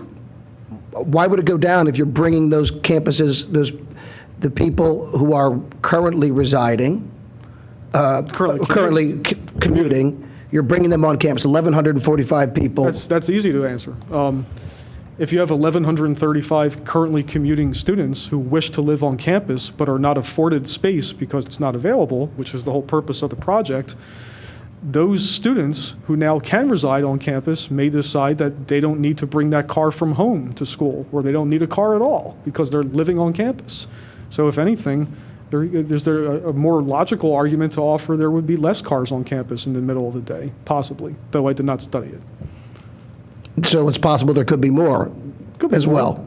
The world You didn't study it, right? So you don't know. There could be more. The logic, I think, would be upheld, but I did not study it. So I think that the other school of thought would be you're bringing 1,100 more students on campus, and many of them will have cars. So you could increase the utilization per day, and therefore you could increase the trips. While you haven't studied it, you can't say whether it would or it wouldn't, because you haven't studied that issue. You haven't studied that particular issue. We have some data regarding auto ownership, for example, in West Campus, which are residing students. I don't know what the auto ownership rate is for currently commuting students. And I would assume that since they're currently commuting, it's probably close to 100%, unless they're using SEPTA, which is There's possible. train, people walk, Sure. they get Okay, dropped well- off. You know, there's many ways people get to school. Yeah, even if it's 80%. It's certainly... All right. That was the issue. Can we establish whether trips will increase? And based on the number, we really don't have that information for during the day, is what I'm getting. Also, one last item. You did your projections, or you did the analysis, and you were unaware that there was an increase over the last 15 years in the number of students at Villanova. Were you aware or were you unaware of an increase in students over the last 15 years? Thank you for asking that question. The first page of Appendix G in A18 includes a small histogram, which goes back to 1981-82 school year and shows a line for undergrads, full-time, undergrads, part-time, graduate students, and law students. And there's also a caption or a paragraph introducing that histogram, which reads, "Trip generation at a university or college is principally a function of the student body. Student population at Villanova has remained consistent and flat for the last 20-plus years as depicted in the following chart." This information was provided by the applicant. I'm assuming it's based on its own historical knowledge of population trends. Although the lines are not completely flat, they don't seem to whipsaw in any way to suggest a 1,600 student population change one way or the other in recent years. So that is the basis of my earlier testimony. I guess that obviously takes into consideration graduate and undergraduate students.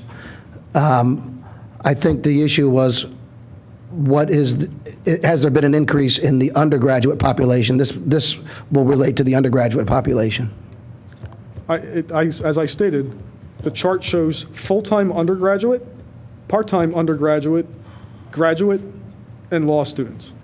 So, And it's flat for all populations, relatively speaking. relatively speaking. And once again, this development will not increase student population and be consistent with that histogram. Clearly, the whole point of this project is to address unmet undergraduate, junior, and senior campus living desires. It has nothing to do with trying to change, there's the chart on the screen. It has nothing to do with seeking to change whether it's an increase or decrease total student population. It's really an amenity improvement to address an unmet current student demand. So the issue, if you guys could zoom in on that, I would like to see that.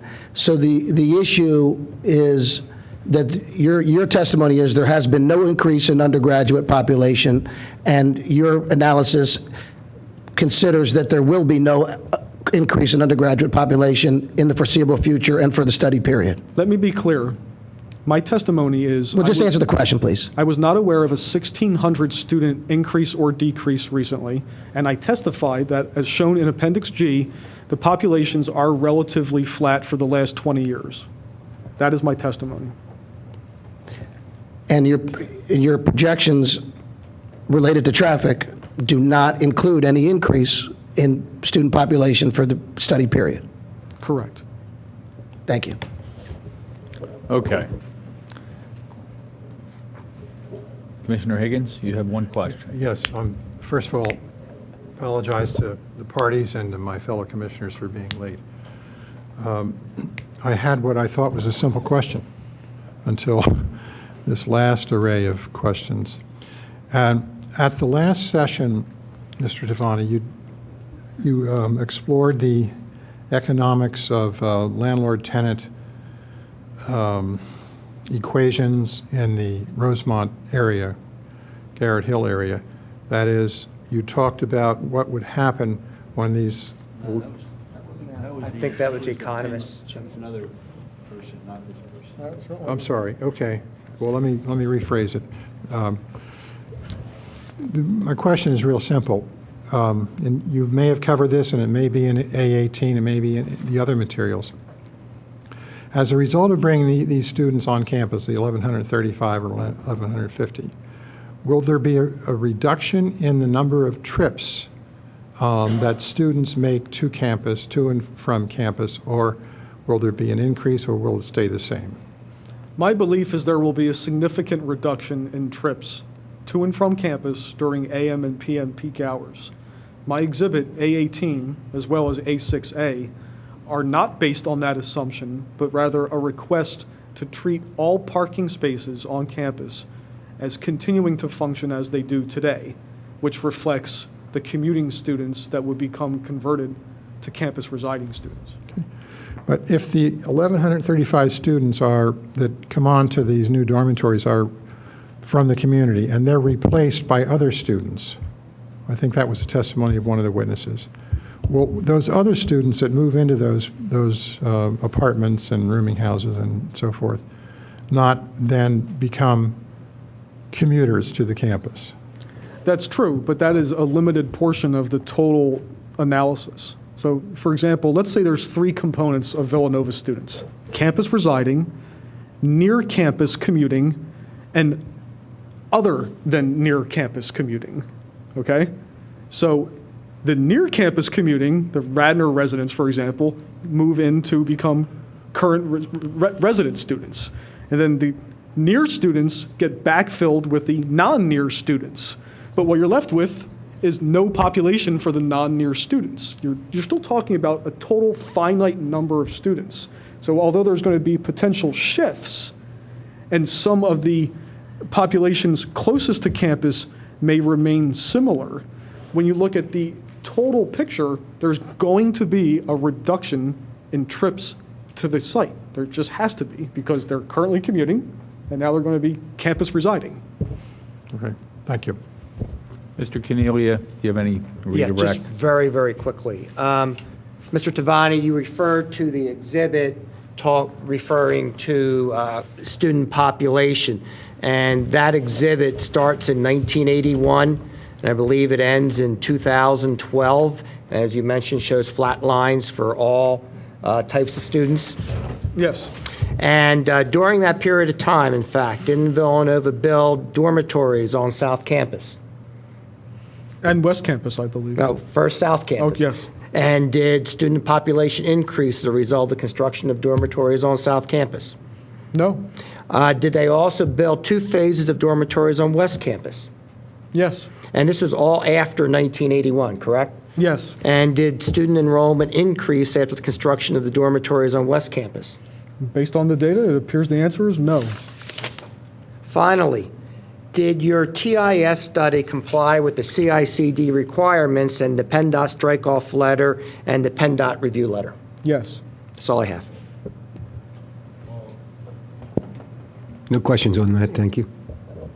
Any other questions just on that redirect?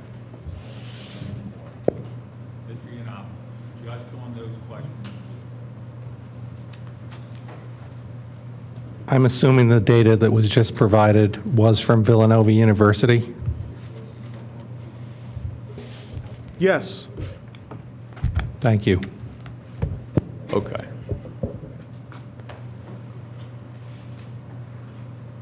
Okay. We're done with Mr. Tabani now. Let's take a break. We'll take 10-minute break.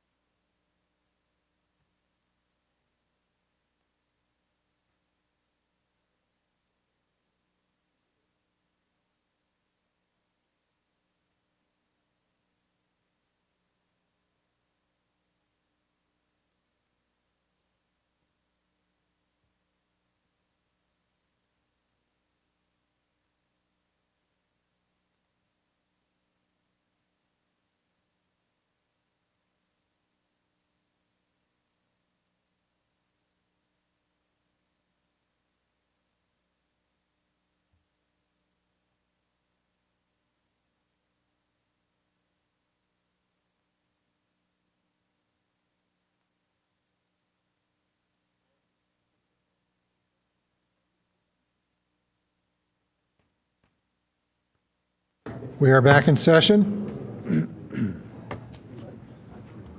Okay. It's my understand we have Dr. Chance. Dr. who was- Chance that for was- cross-examination by Mr. Bola.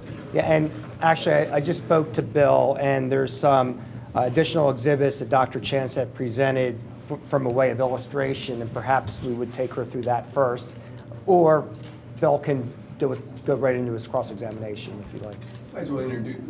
Are these the A19? It's A26 is what it is. A26, right? A26. No, it's Well, I was given A26. a pack of exhibits A19 through A26. Right. So This one, it should be 825. well. this one? Yes, how's that labeled? Okay. A26. This is the only one we're entering tonight, right? Yeah, she only has one copy. This is really short with one copy. So it's backwards.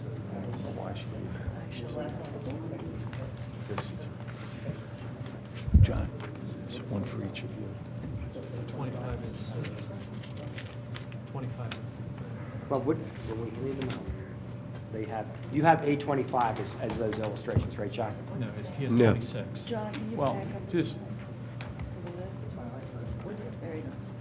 I have, What does it say on your page? I do not have A25. I don't, no, I have A25 also.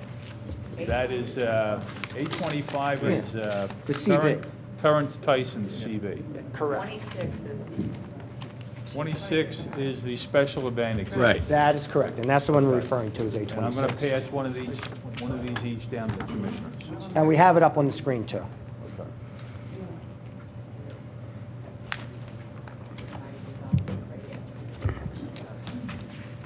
Barbara, you have been sworn in, Dr. Chance, you've been sworn in previously as an expert in parking management, and since you last testified, I believe you prepared for illustration purposes a couple exhibits just to show what the flow would be during special events. Yes, that's correct. And if you could take us through them? One of the things that we wanted to illustrate is that there's a priority for filling the various parking facilities during special events, and we wanted to just show you a little bit of how that would work. So you can see here in terms of the priority, the first is to fill the Pike Garage, and that would be the 750 spaces in the Pike Garage that are not occupied by the resident students who live in the new development. The Health Services Building Garage, which is going to have some spaces added to it. The St. Augustine Center Garage, which is also having some spaces added to it. And then finally, the Spring Mill Garage, which is sometimes called the Law Garage, but the real name is Spring Mill. So that's sort of the order in which the facilities would be concentrated on in terms of handling the parking demand from special events. So if we could just look at the next slide, just wanted to show you some about the idea in terms of the Pike Garage in the development. And that's pretty hard to see, so we blew it up so you can see it a little easier. So that if you're coming from the west on Lancaster, the idea is that you'll be able to turn in at the right turn in, right turn out that's by the Public Safety Building, and then go on down through the back of the West Lancaster lot, as it will be reconfigured, obviously, with the development, in order to head toward the Pike Garage, going along back of the visitor parking for the Lancaster Avenue housing. Your second option, if you're going east, is to turn in at Church Road, which will then also allow you to make a left turn and to go along the back of the visitor parking there. This means that a lot of the queuing that'll be involved with heading to the garage for special events will actually be taking place on Villanova property, and those cars will be off of Lancaster Avenue as they're headed toward the garage. And the idea is to get them off of Lancaster Avenue, not concentrate anything at the intersection of Lancaster and Ithan, but to get them off and head them toward the garage earlier. Then if you're coming from the east, there's a left turn line that will take you into the driveway to the Pike Garage along the PAC, the PAC. And you can also, if you keep going from the west toward the east, you can turn as well into that same entrance. And there's a turn lane to go into that entrance. So those facilities and those roadways are designed to get people into the Pike Garage and off of Lancaster, because it's a pretty long queuing place along the side of the PAC as well. So all of the green arrows are showing how people can get into the Pike facility. And the red arrows then show how you'd exit. Just starting at the right-hand side, if you're coming out of the Pike Garage at the PAC location, you can only turn right on Lancaster Avenue, so that you're not going across other traffic to head the other direction. And there'll be information in the garage and signs in the garage to tell you if you go out that exit, you can only go east on Lancaster Avenue. You cannot go west. When they exit the Ithan entrance and exit of the garage, they can head right to go up north on Ithan and turn east on Lancaster Avenue, or they can get in the second lane and turn left on Lancaster Avenue, or they could come out of the garage and the driveway back of the visitor parking is two-way. They can go down and exit at Church Road, which also allows either a right turn or a left turn, or they can go all the way down to the right in, right out road, which is next to public safety, and they can only go east on Lancaster Avenue then. So those are the traffic patterns to enter and exit the garage, with the idea that the traffic gets dispersed in terms of where it heads to enter the garage, and it also gets dispersed in terms of the way people exit the garage. All right, so that takes care of the first and primary location for special event parking. So let's take a look then at the other facilities, because the second facility you can see there is the Health Services Building. The third is the St. Augustine Center Garage, and number 4 is the Spring Mill Garage. So again, this is sort of small, so we blew it up again. The idea for going to the HSC garage is for people to be able to come in and make a right-hand turn into the HSB garage, there where the green arrow is, and then I'll just exit while we're there too. They can come out and they can go south on Ithan, or they can go out heading west, and I'll tell you a little bit more about that in a minute. In terms of the SAC garage, the idea is to... You mean SAC? Yes, number 3. The idea is to have traffic one way in for special events and one way out for the exit of special events.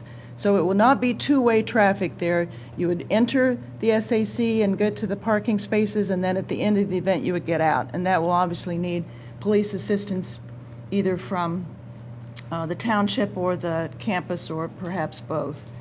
So the idea is that you would be able to go north and enter the SAC, heading through that parking lot and going along there where it says Villanova Station. That's across from the SEPTA parking. It has nothing to do with the SEPTA parking. I'm just giving you what the map is called. And you go into the SAC there, and then at the end of the event, you would exit that same location and head to the west, again, just one way out to get to Spring Mill and be able to turn either left or right when you got to that intersection. Now for the Spring Mill Garage, it's again a situation where you go either north or south to enter the garage, because there could be traffic coming from either way, and enter the garage at the entrance where you see John. Keep going to the east, John. There you go. The entrance is right there in terms of Spring Mill Garage, and be able to circulate in that garage. And then when people exit that garage, they would come back out. You can make a turn north from that right-hand lane, but to go south, you would need to come across, make the loop that comes around, that goes under the track, and then head south. And what that does is allow a north-south movement without the traffic crossing each other as they're coming out of that garage. So as Frank had described earlier, there's going to be a lot less concentration of traffic in just one location, because while you have 1,700 and some spaces in the main lot and the Pike lot now, you're going to only have 750 spaces in the Pike garage, and the rest of the spaces are dispersed onto campus in the larger facilities that can serve the special event when they're held in either the special event center or the arena or the stadium. So hopefully you aren't totally lost by now in terms of the entrance and exit patterns. Okay. Okay. That's all I would have.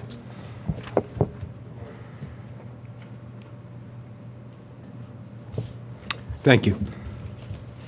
Dr. Chance, how are you again? I'm fine, thank you. I want to thank you, first of all, for your continuing efforts to establish this plan. Obviously, this is something that will be beneficial in the future to the university, the public safety and the police officers, and certainly the residents to know where not to go on these special event days. And I encourage the continuing cooperation in that regard. Just as regards Exhibit A26, I just want to clarify one thing. You have, for special event entry to the Pike Garage, depicted on here, I believe, what Mr. Tavani referred to as the right-hand turn heading eastbound on Lancaster. That would be a church walk, correct? Yes. You also have the right-hand turn behind the PAC building, the Performing Arts Center, that Mr. Tavani referred to. But you also, in addition, you have a right-hand turn onto Ithan. Yes, because that road is there and you will be able to make a right-hand turn on it, but it's going to be dramatically diminished in terms of the interest in going to that site. And if there are all of the types of public information we're talking about, it's not going to emphasize that turn, even though it's possible to make it unless it's decided by the police or the campus to not allow that turn. All right, so I gather, and Dr. Chance, you were here when I was asking on behalf of the police officers, they're concerned about people, just ignore that. They know Ithan's open, they're going to go to Ithan. It's a matter then of educating the traveling public. Is that the answer? I think very much so, and I think that Villanova has started some of that process, but part of what we're doing with a parking management plan for special events is bringing some of the other types of techniques that other campuses use for special events in order to distribute the traffic, have less confusion, have less frustration on the parts of people coming and the parts of people who live around the campus as well.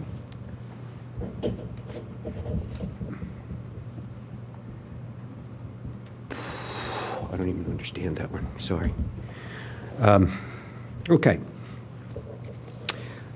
Referring to your special event parking management plan at Table 3 on page 4, do you have that in front of you? Yes. You've identified that 606 parking spaces are needed for students residing in the new dormitories. Is that correct? That's correct. That's what we estimate. All right, so that's out of the 750 in the garage. No, how many other spaces will there be in the garage after these 606 are occupied? Approximately 750 for Right. visitors, right. Okay. Do you have any parking spaces assigned to the bistro, the student union, or the specialty stores? No, because basically if someone is going to those stores that is not already on campus, in other words, if someone besides the students walking there, they could go into the garage as a visitor during the typical daytime hour. Okay, so you're assuming in this that the users of those facilities will be on campus anyhow for the special event? Our experience in many campuses is that the great majority of people who use those types of retail establishments are from the campus and that they typically walk there. Okay. In other words, these are not destination retail. Right. They are. You've indicated that the residential portion of the parking garage would be on the top 2 floors? Yes. How would you enforce that? With technology. In other words, it's planned that the garage will have gates other than at special event times, which people will enter with either a key card or an RFID. And for the students, when they enter with their credential, we'll call it, because the decision hasn't been made about exactly what it would be yet, that credential must go through the second gate, or else there will either be a fine or a disciplinary action. So it will be easy for the people who are managing parking to tell whether the students have gone into the student area or not, or they've stayed in the garage, the lower floors of the garage. Okay.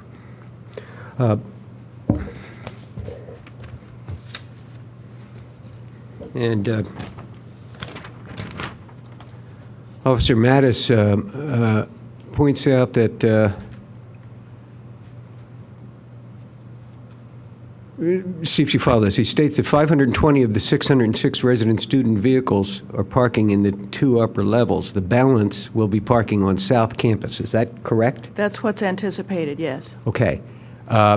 Is it possible to place more of the resident student vehicles elsewhere on campus, leaving more space in the garage for special events? Well, I'm not sure that you would want to place more of the resident students elsewhere on the campus on a daily basis in order to accommodate sporadic special events when the students are right there in those residence halls, but that would be a decision that Villanova could make. We were just looking at what the process would be to accommodate parking demand for the special events. All right. Is there a provision for bus parking during special events in your plan? Not at this moment. We have spoken about that with the university, and there probably will be some specific guidance about bus parking later. And is there an area for tailgating for special events? Yes, there is. It's anticipated that tailgating will be in the lot that is up by the Spring Mill garage. All right, and you'll be limiting tailgating to that area? Yes, just to that area. Do you know, will season ticket holders for football or basketball be parking on campus and not in the Pike garage?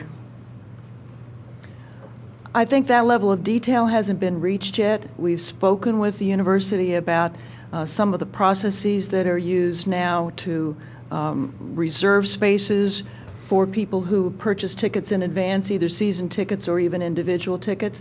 And that's something they'll be evaluating while this construction period is going on. All right.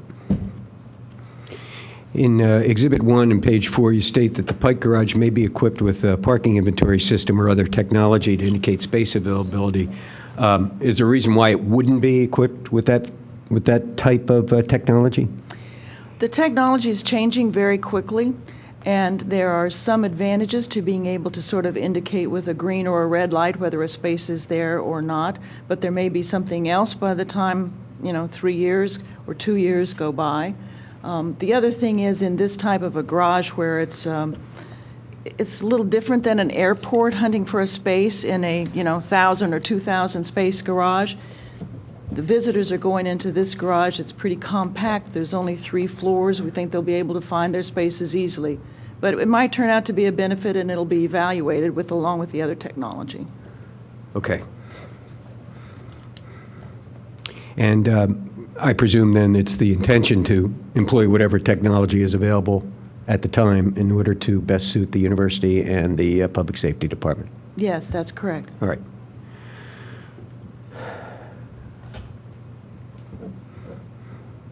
You mentioned using dynamic messaging systems on eastbound Lancaster Avenue in your report. Are there provisions for using that for westbound traffic also? There could be, because we're interested in making sure that people understand that they cannot just drive to the Pike garage and anticipate that the entire special event population will be parking in one place. So we've talked about dynamic message signs as one way to do that. The placement of those and the exact messages will be developed, during the period when we're planning for the exact. There's also the issue of where signs can be placed and the size of those signs and ordinances that govern that. So there's a little more footwork to be done on those. Okay, agreed. If you strike that, you discussed rerouting the eastbound Lancaster Avenue traffic to the Spring Mill garage when the Pike garage was filled to capacity. Is that amended? Is that altered by this plan that you presented this evening? Well, I think we wouldn't head to the Spring Mill garage first. In other words, the eastbound traffic would be more likely to go up to the HSB garage first. And, some of this will also depend upon how much advance assignment there is. If we get into an advance assignment where people really have with their tickets a place to park, then they'll know from the beginning. So. All right. If there's not pre-assignment, assuming the Pike garage to be filled, how are you going to reroute westbound Lancaster Avenue traffic? It would be cut off probably to head up to there you go, John, thank you. Go up north to HSB, and it could also then, from that location, go on over and go into the SAC garage as well. So you have all three options at that point, including, would you have the option of getting to the Spring Well, Mill it would garage? be a little more awkward to get to the spring Right. mill. You could get to it. Okay. But all of this also is dependent upon knowing what spaces are available in which garages on a real-time basis, and that's an important part of it. All right. Dr. Chance, a few weekends ago, Villanova hosted a parents' weekend and vehicles were parked on the grass. Did you know that? I've heard that, yes. Yes. What plans in place to ensure that this doesn't happen in the future? Well, my understanding is that Parents' Weekend is one of the probably two highest volume weekends on the campus in terms of parking demand. And I think like most campuses across the country, Villanova does not intend to build spaces to accommodate things for those two peak weekends. Campuses don't do that. It is not an efficient use because then you have all of those spaces that sit empty the rest of the year. And so I think that the issue will be how they decide in the future with the changes that are done in the development to accommodate the two highest peak weekends or highest peak events. So Right. if you're saying, will they never park on the grass again? I couldn't answer that because there'll have to be some plans made. So the parking's insufficient for those one or two events a year? Exactly. I wouldn't say necessarily that it's insufficient. I would say that it's probably going to be distributed differently and to more places in order to accommodate that demand. Okay.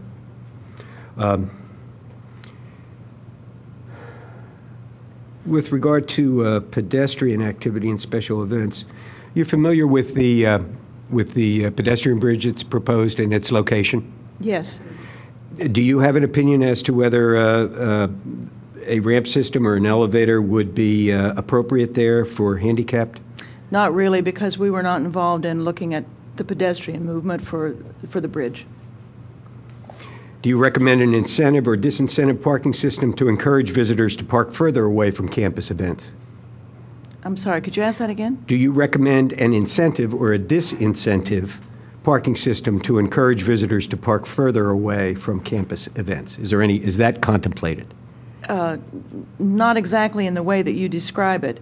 I mean, whether there's an incentive system or a disincentive depends upon what the options are and where they are and what kind of techniques you can use. So that's a very general question to which there can't be a very specific answer. Okay.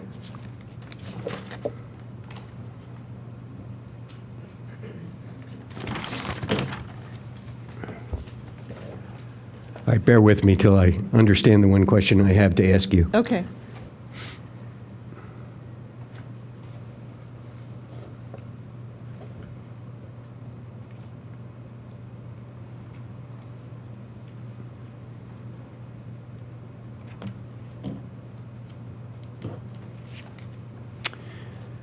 Let me see if this makes sense to you, Dr. Chance. At the law school garage, the Spring Mill garage, are you aware that going southbound on Spring Mill Road, you can't turn left into campus? That you must go under Spring Mill? Yes, that's why we have the loop there. So it could be that partially that green entrance should be revised right there. All right, good. Thank you.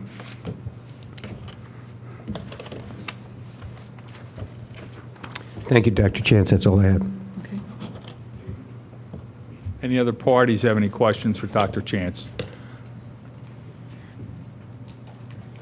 Mr. Yiannopoulos, come on up front, please.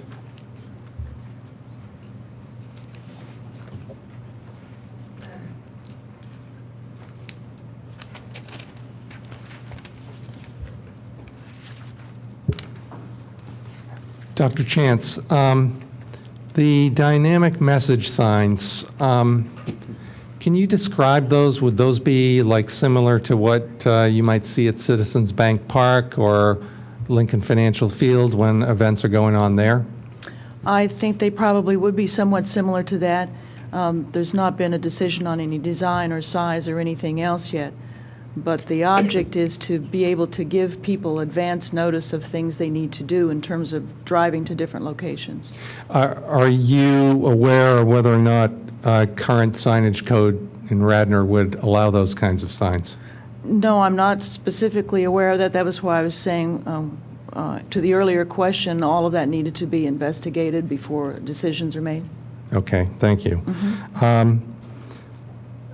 I'm assuming that in your analysis, you took account of some of the suggested or potential uses, the bistro, the bookstore, correct? Well, we were really looking at the parking traffic for special events. So yes, we're aware of those Okay. uses and that people may park in the garage for them.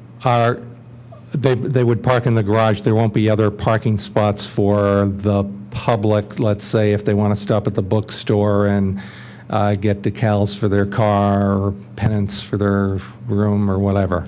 There are some visitor spaces back of the residential units, so it'll probably be either those spaces or Okay. the visitor spaces in the garage. If a chain pharmacy were put in there, is that potentially something that you have considered? No, not in terms of parking demand, but it's my understanding that the retail to be there is subsidiary retail, not destination retail, meant for primary use of the campus community.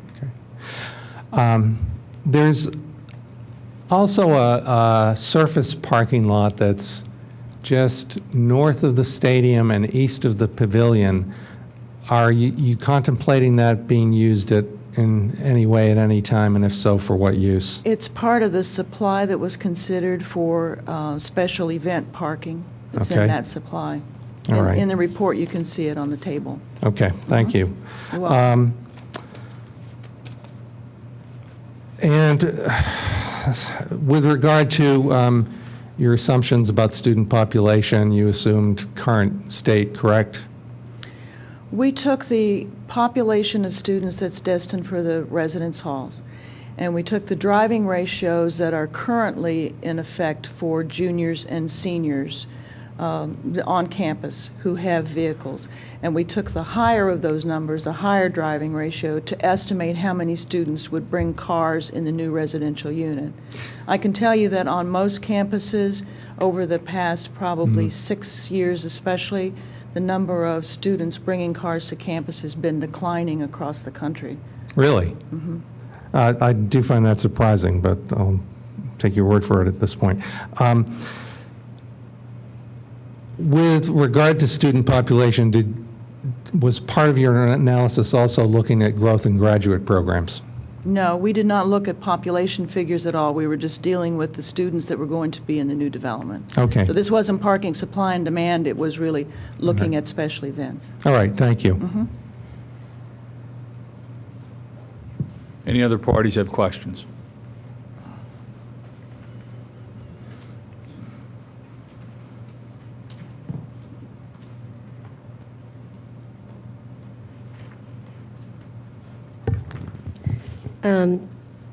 Has there been any thought to putting some warehouse parking at the Villanova Conference Center with a student shuttle to connect to the campus?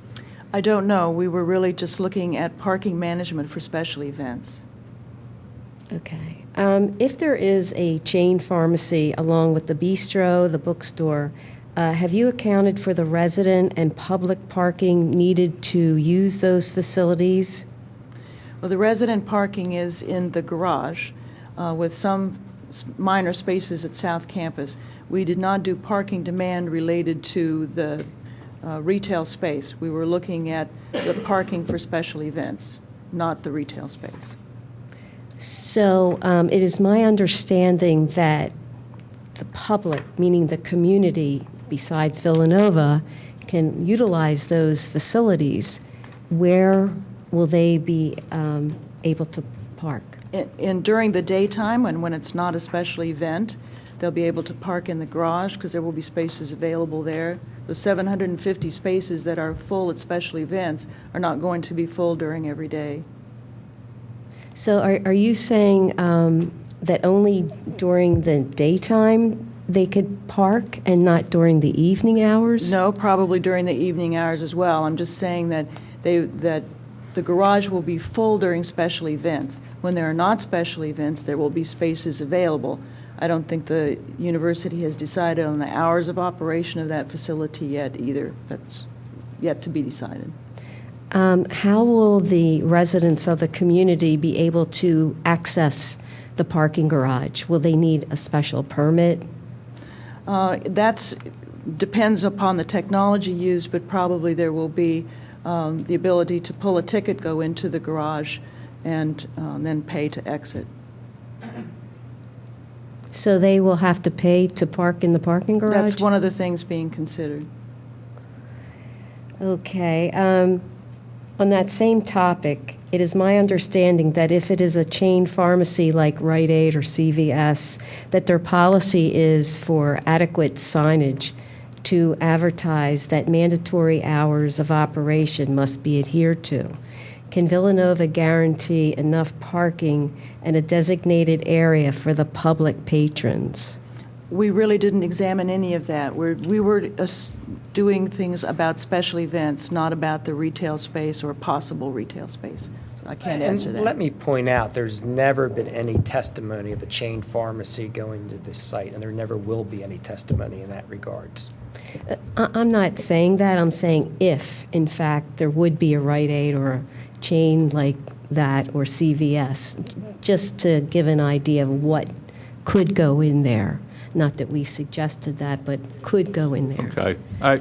But there is no, I mean, you don't have any evidence that there's anything like that. It's just a what-if question. Right, Okay. Do you have another question? Getting back to the parking garage, when parents come in for Parents' Weekend, will they be also going into the parking garage and having to pay to park there?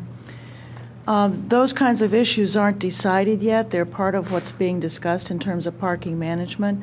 But yes, for Parents' Weekend, there probably will be parents parking in the garage as well as the other locations because it's basically a special event, so they'll be spread out into several locations to park.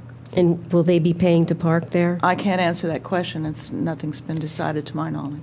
Do you know what the current policy is for parking when parents come in or residents come in? What is the parking policy pertaining to that? I don't know it in all occasions, no. Thank you very much.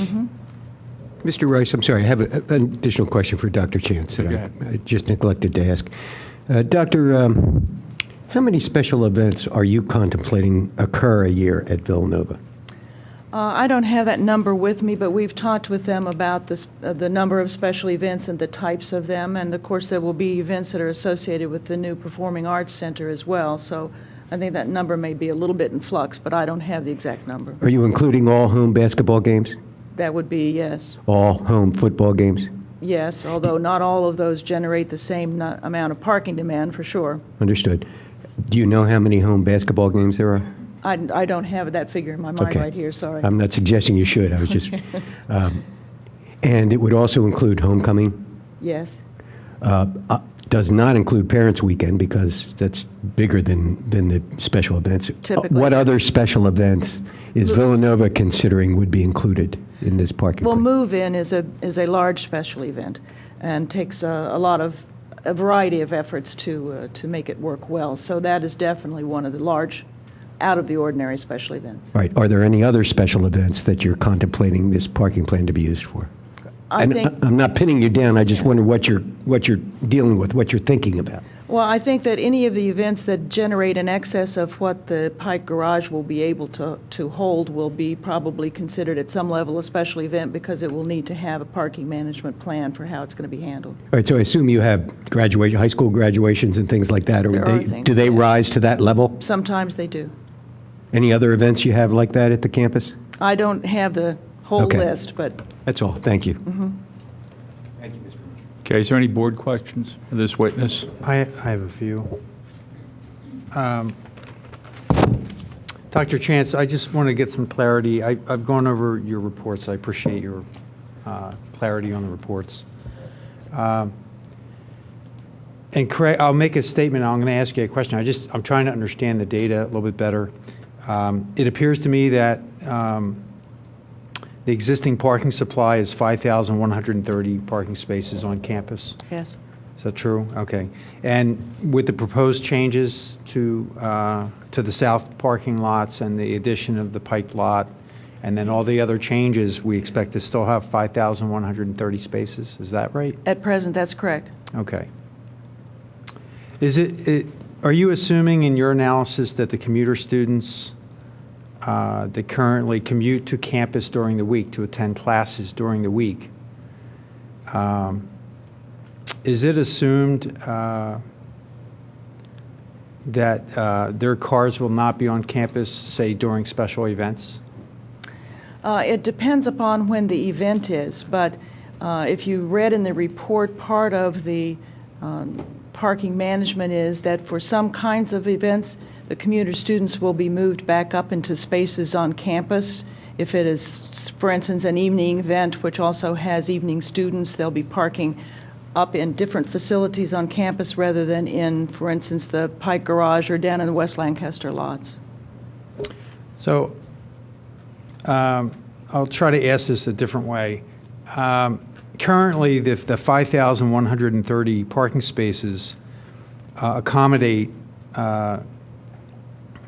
over 1,000 commuting students, and the parking calculations are based on that assumption that we need to accommodate these students. Is that true? I don't quite understand the question. Well, the current parking requirements for the campus are based on the number of dorms, the number of students, and so on and so on. The current number, 5,130 parking spaces, are utilized by commuting students. Well, commuting students, faculty, staff, visitors, graduate students. Right. So what I'm getting at here, I want to understand if these commuting students are no longer commuting, The ones that are going into the residence. that are moving into the residence halls.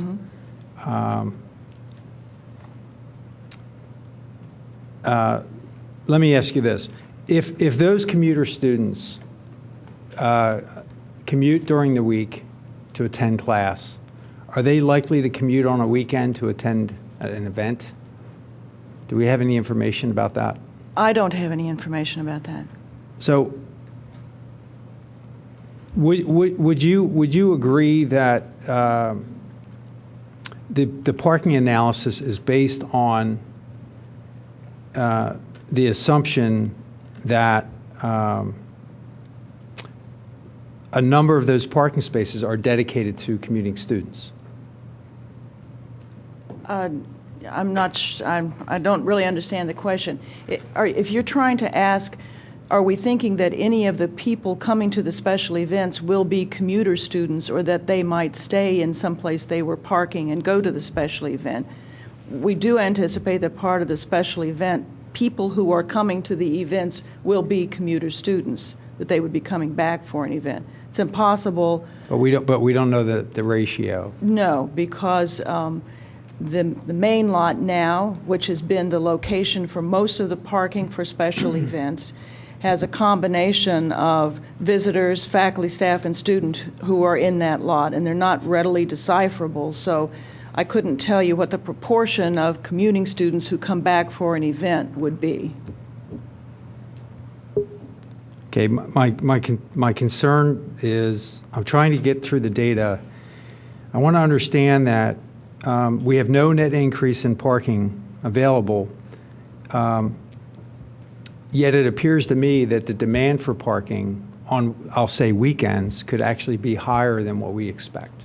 And why would you think that that would be the case? Well, because we have commuting students that generally occupy the parking lots during the week when classes are in session. And those spaces are then made available on the weekends for special events. So if it's 500 spaces for commuter students during the week, that's 500 more spaces we may have on a weekend, or a night even for that matter, for a special event. Yes, but I still don't quite understand the question. I mean, it sounds to me like those 500 will now not be leaving campus, right? Is that? Yeah, that's right. They're staying on campus because they're now going to be able to live on campus. So that's the issue. You're reducing, okay, we have 1,135 students who are going to be living in the residence halls. If they were commuting students, they would be bringing somewhere 1,135 vehicles, reduced probably by some public transportation, as you mentioned, coming on SEPTA or coming on the regional rail.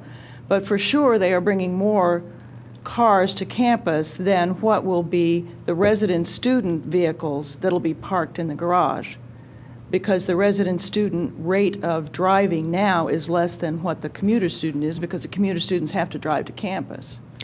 Yeah, I agree. I guess my point is that if there's a shift in use here, and I'm concerned it hasn't been addressed in the report. So if we can agree that some percentage of the 1,135 vehicles or students are driving vehicles during the week, where there's an allocation for those, that's part of the demand on the parking lots, the present demand on parking lots. The 606 vehicles for the resident students Well, anticipated. so you've calculated a demand for the new resident students. Right. Yeah. But my concern is that, like for instance, this past weekend, just an example, the parents' weekend, Villanova parked Pike Field because it didn't appear that there were enough parking spaces on campus for a peak event. And my concern is, I haven't heard it in your testimony, that we're not adding more parking spaces, even though the demand for full-time parking spaces is going up. So the demand, I'll say it this way, do you agree that the demand for full-time, fully parked spaces, meaning spaces that are dedicated to students living on campus, will increase? Yes, I think I understand where you're headed now. I couldn't follow you there for a while. One of the things that is clear from the statistics that have been gathered about parking demand is that even when there is a special event on campus, I'm not talking about parents' weekend or move-in, there are still over 700 spaces empty on campus. And when we were looking at the particular areas to accommodate special event parking, we weren't looking at every last parking lot on campus. We were looking at the parking facilities that would be the most likely to serve the special events in a good manner, and also the ones where we could accommodate the most vehicles in a reasonable number of areas for giving people directions. So that does not mean that every other space on campus is filled when that special event is occurring. We use the example of the basketball game on an evening and the evening students on campus, and there were still over 700 spaces available on campus while that occurred. So there are still spaces throughout the campus available, and people can be directed to those if it's necessary for special events that take more than the 4 main facilities we've been talking about.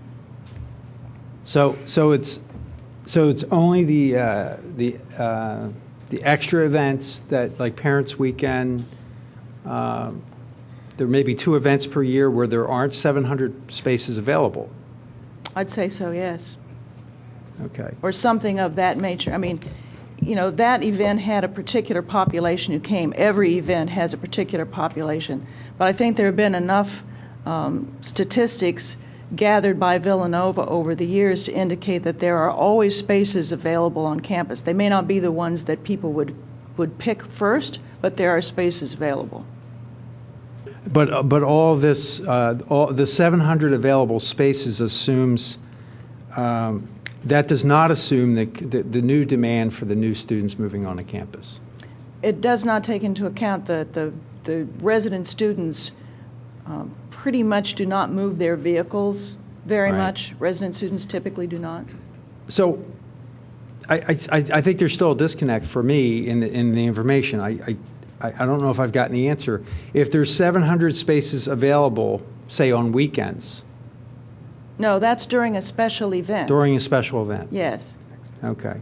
And actually, it's an extra special event because it was sort of the 100% event with a large basketball game and evening students on campus, as well as whatever else happened.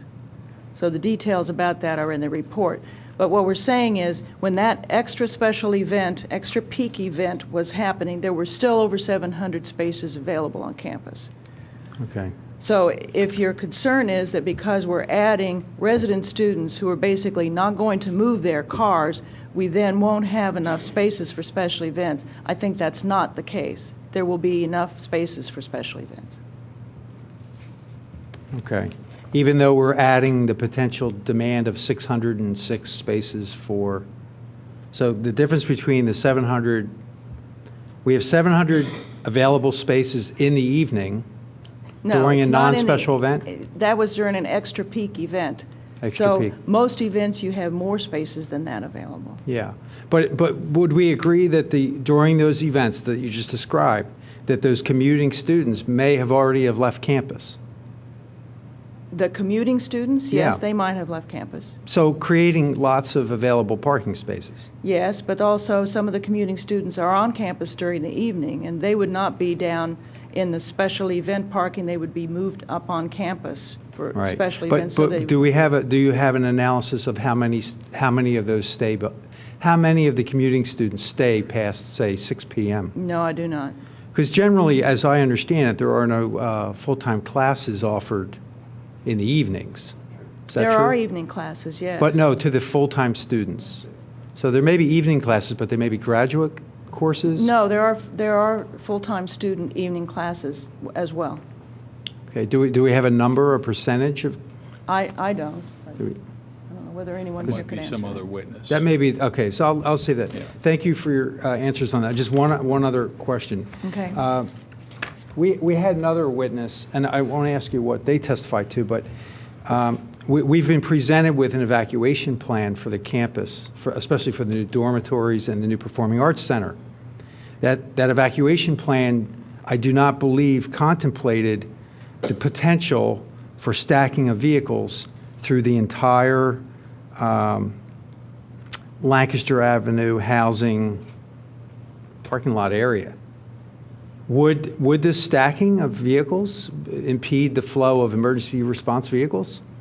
I have had nothing to do with the emergency response issue, but we're not talking about stacking vehicles anywhere, Well, unless you mean by stacking something that I wouldn't mean. stacking as in traffic flow, meaning the vehicles, instead of stacking on Lancaster Avenue, they may be stacking up through the West Lancaster lot and also through the rear of the Lancaster Avenue housing in order to get to the Pike Garage. They would be moving in one lane toward the Pike Garage with the entrance at the garage on a regular basis, so I wouldn't consider that exactly stacking in that sense. But there's, that those lanes are generally required for access. So Well, they're there's now still- being, There would still be one lane open as they headed toward the garage. do we know how wide that lane is? I don't have that with me, no. Okay. I have no further questions. We're beyond 9:30, but I would suggest we finish with this witness if the commissioners, any other commissioners have any other questions. Seeing none? I have, I'm intrigued by one thing, and that is, Mr. Bola asked about incentive and disincentives to get people not to come so close to campus during the special events and the super special events. Has the university looked at the possibility of satellite parking for these very high-volume events? I don't know the answer to that question. We have not discussed it with respect to this parking management plan. It would seem to me that it would be a nice solution for everybody. It would keep a lot of the vehicles away from the campus and give a break to our police overtime situation and help move traffic through Lancaster Avenue near the campus where the vehicles are not going to the special events. So it might be something that the university would look at. I can think of right offhand, Radnor High School would be an ideal location for a satellite lot. The other question I had was the right turn only exit situation from the Pike lot and I think one other location, I guess it would be South Ithan Avenue, and the right and the left turn only exit from the SAC garage, the St. Augustine Center garage. Doesn't that create a problem? Once the vehicle leaves, let's just take leaving the Performing Arts Center or the Pike Garage, and they're forced to go to the right, go east, but they want to go to the left. What happens? They go out the Ithan entrance or exit rather than going out the PAC. That was decided upon in terms of traffic movement, and so it will be relatively simple to let people know that when they exit the garage, if they're going to go west on Lancaster, they must exit the Ithan portal, and if they're going to go east, they can go either exit from the garage.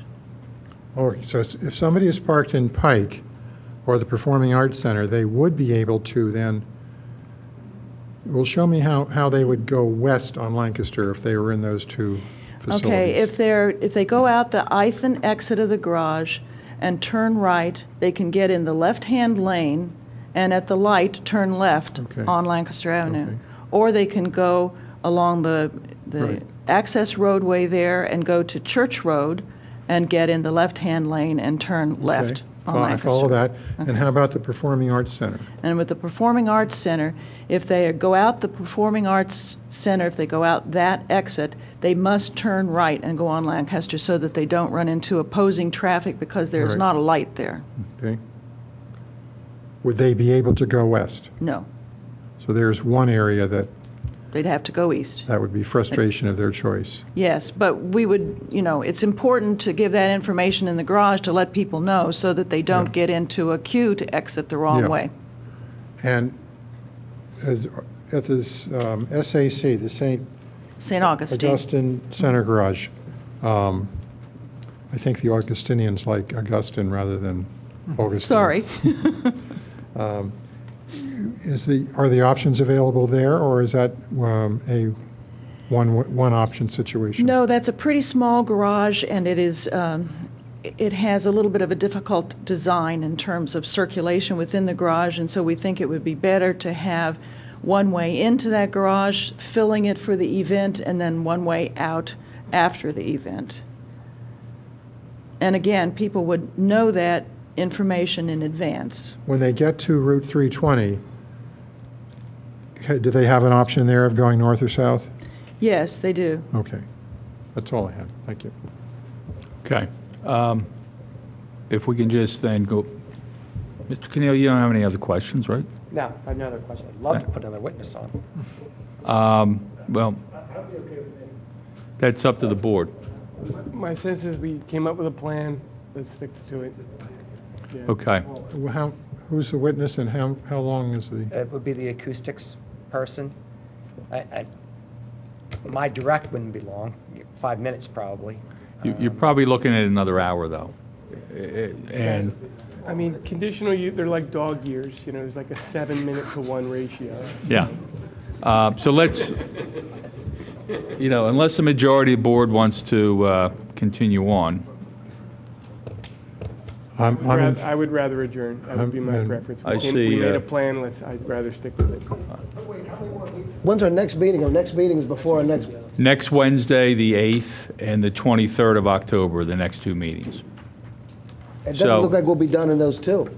Well, I'm hoping Mr. Keneally finishes his case in chief next I week. would be done next meeting. And Mr. Bola may come prepared with his own witnesses to testify, and then we would finish on the 23rd, hopefully.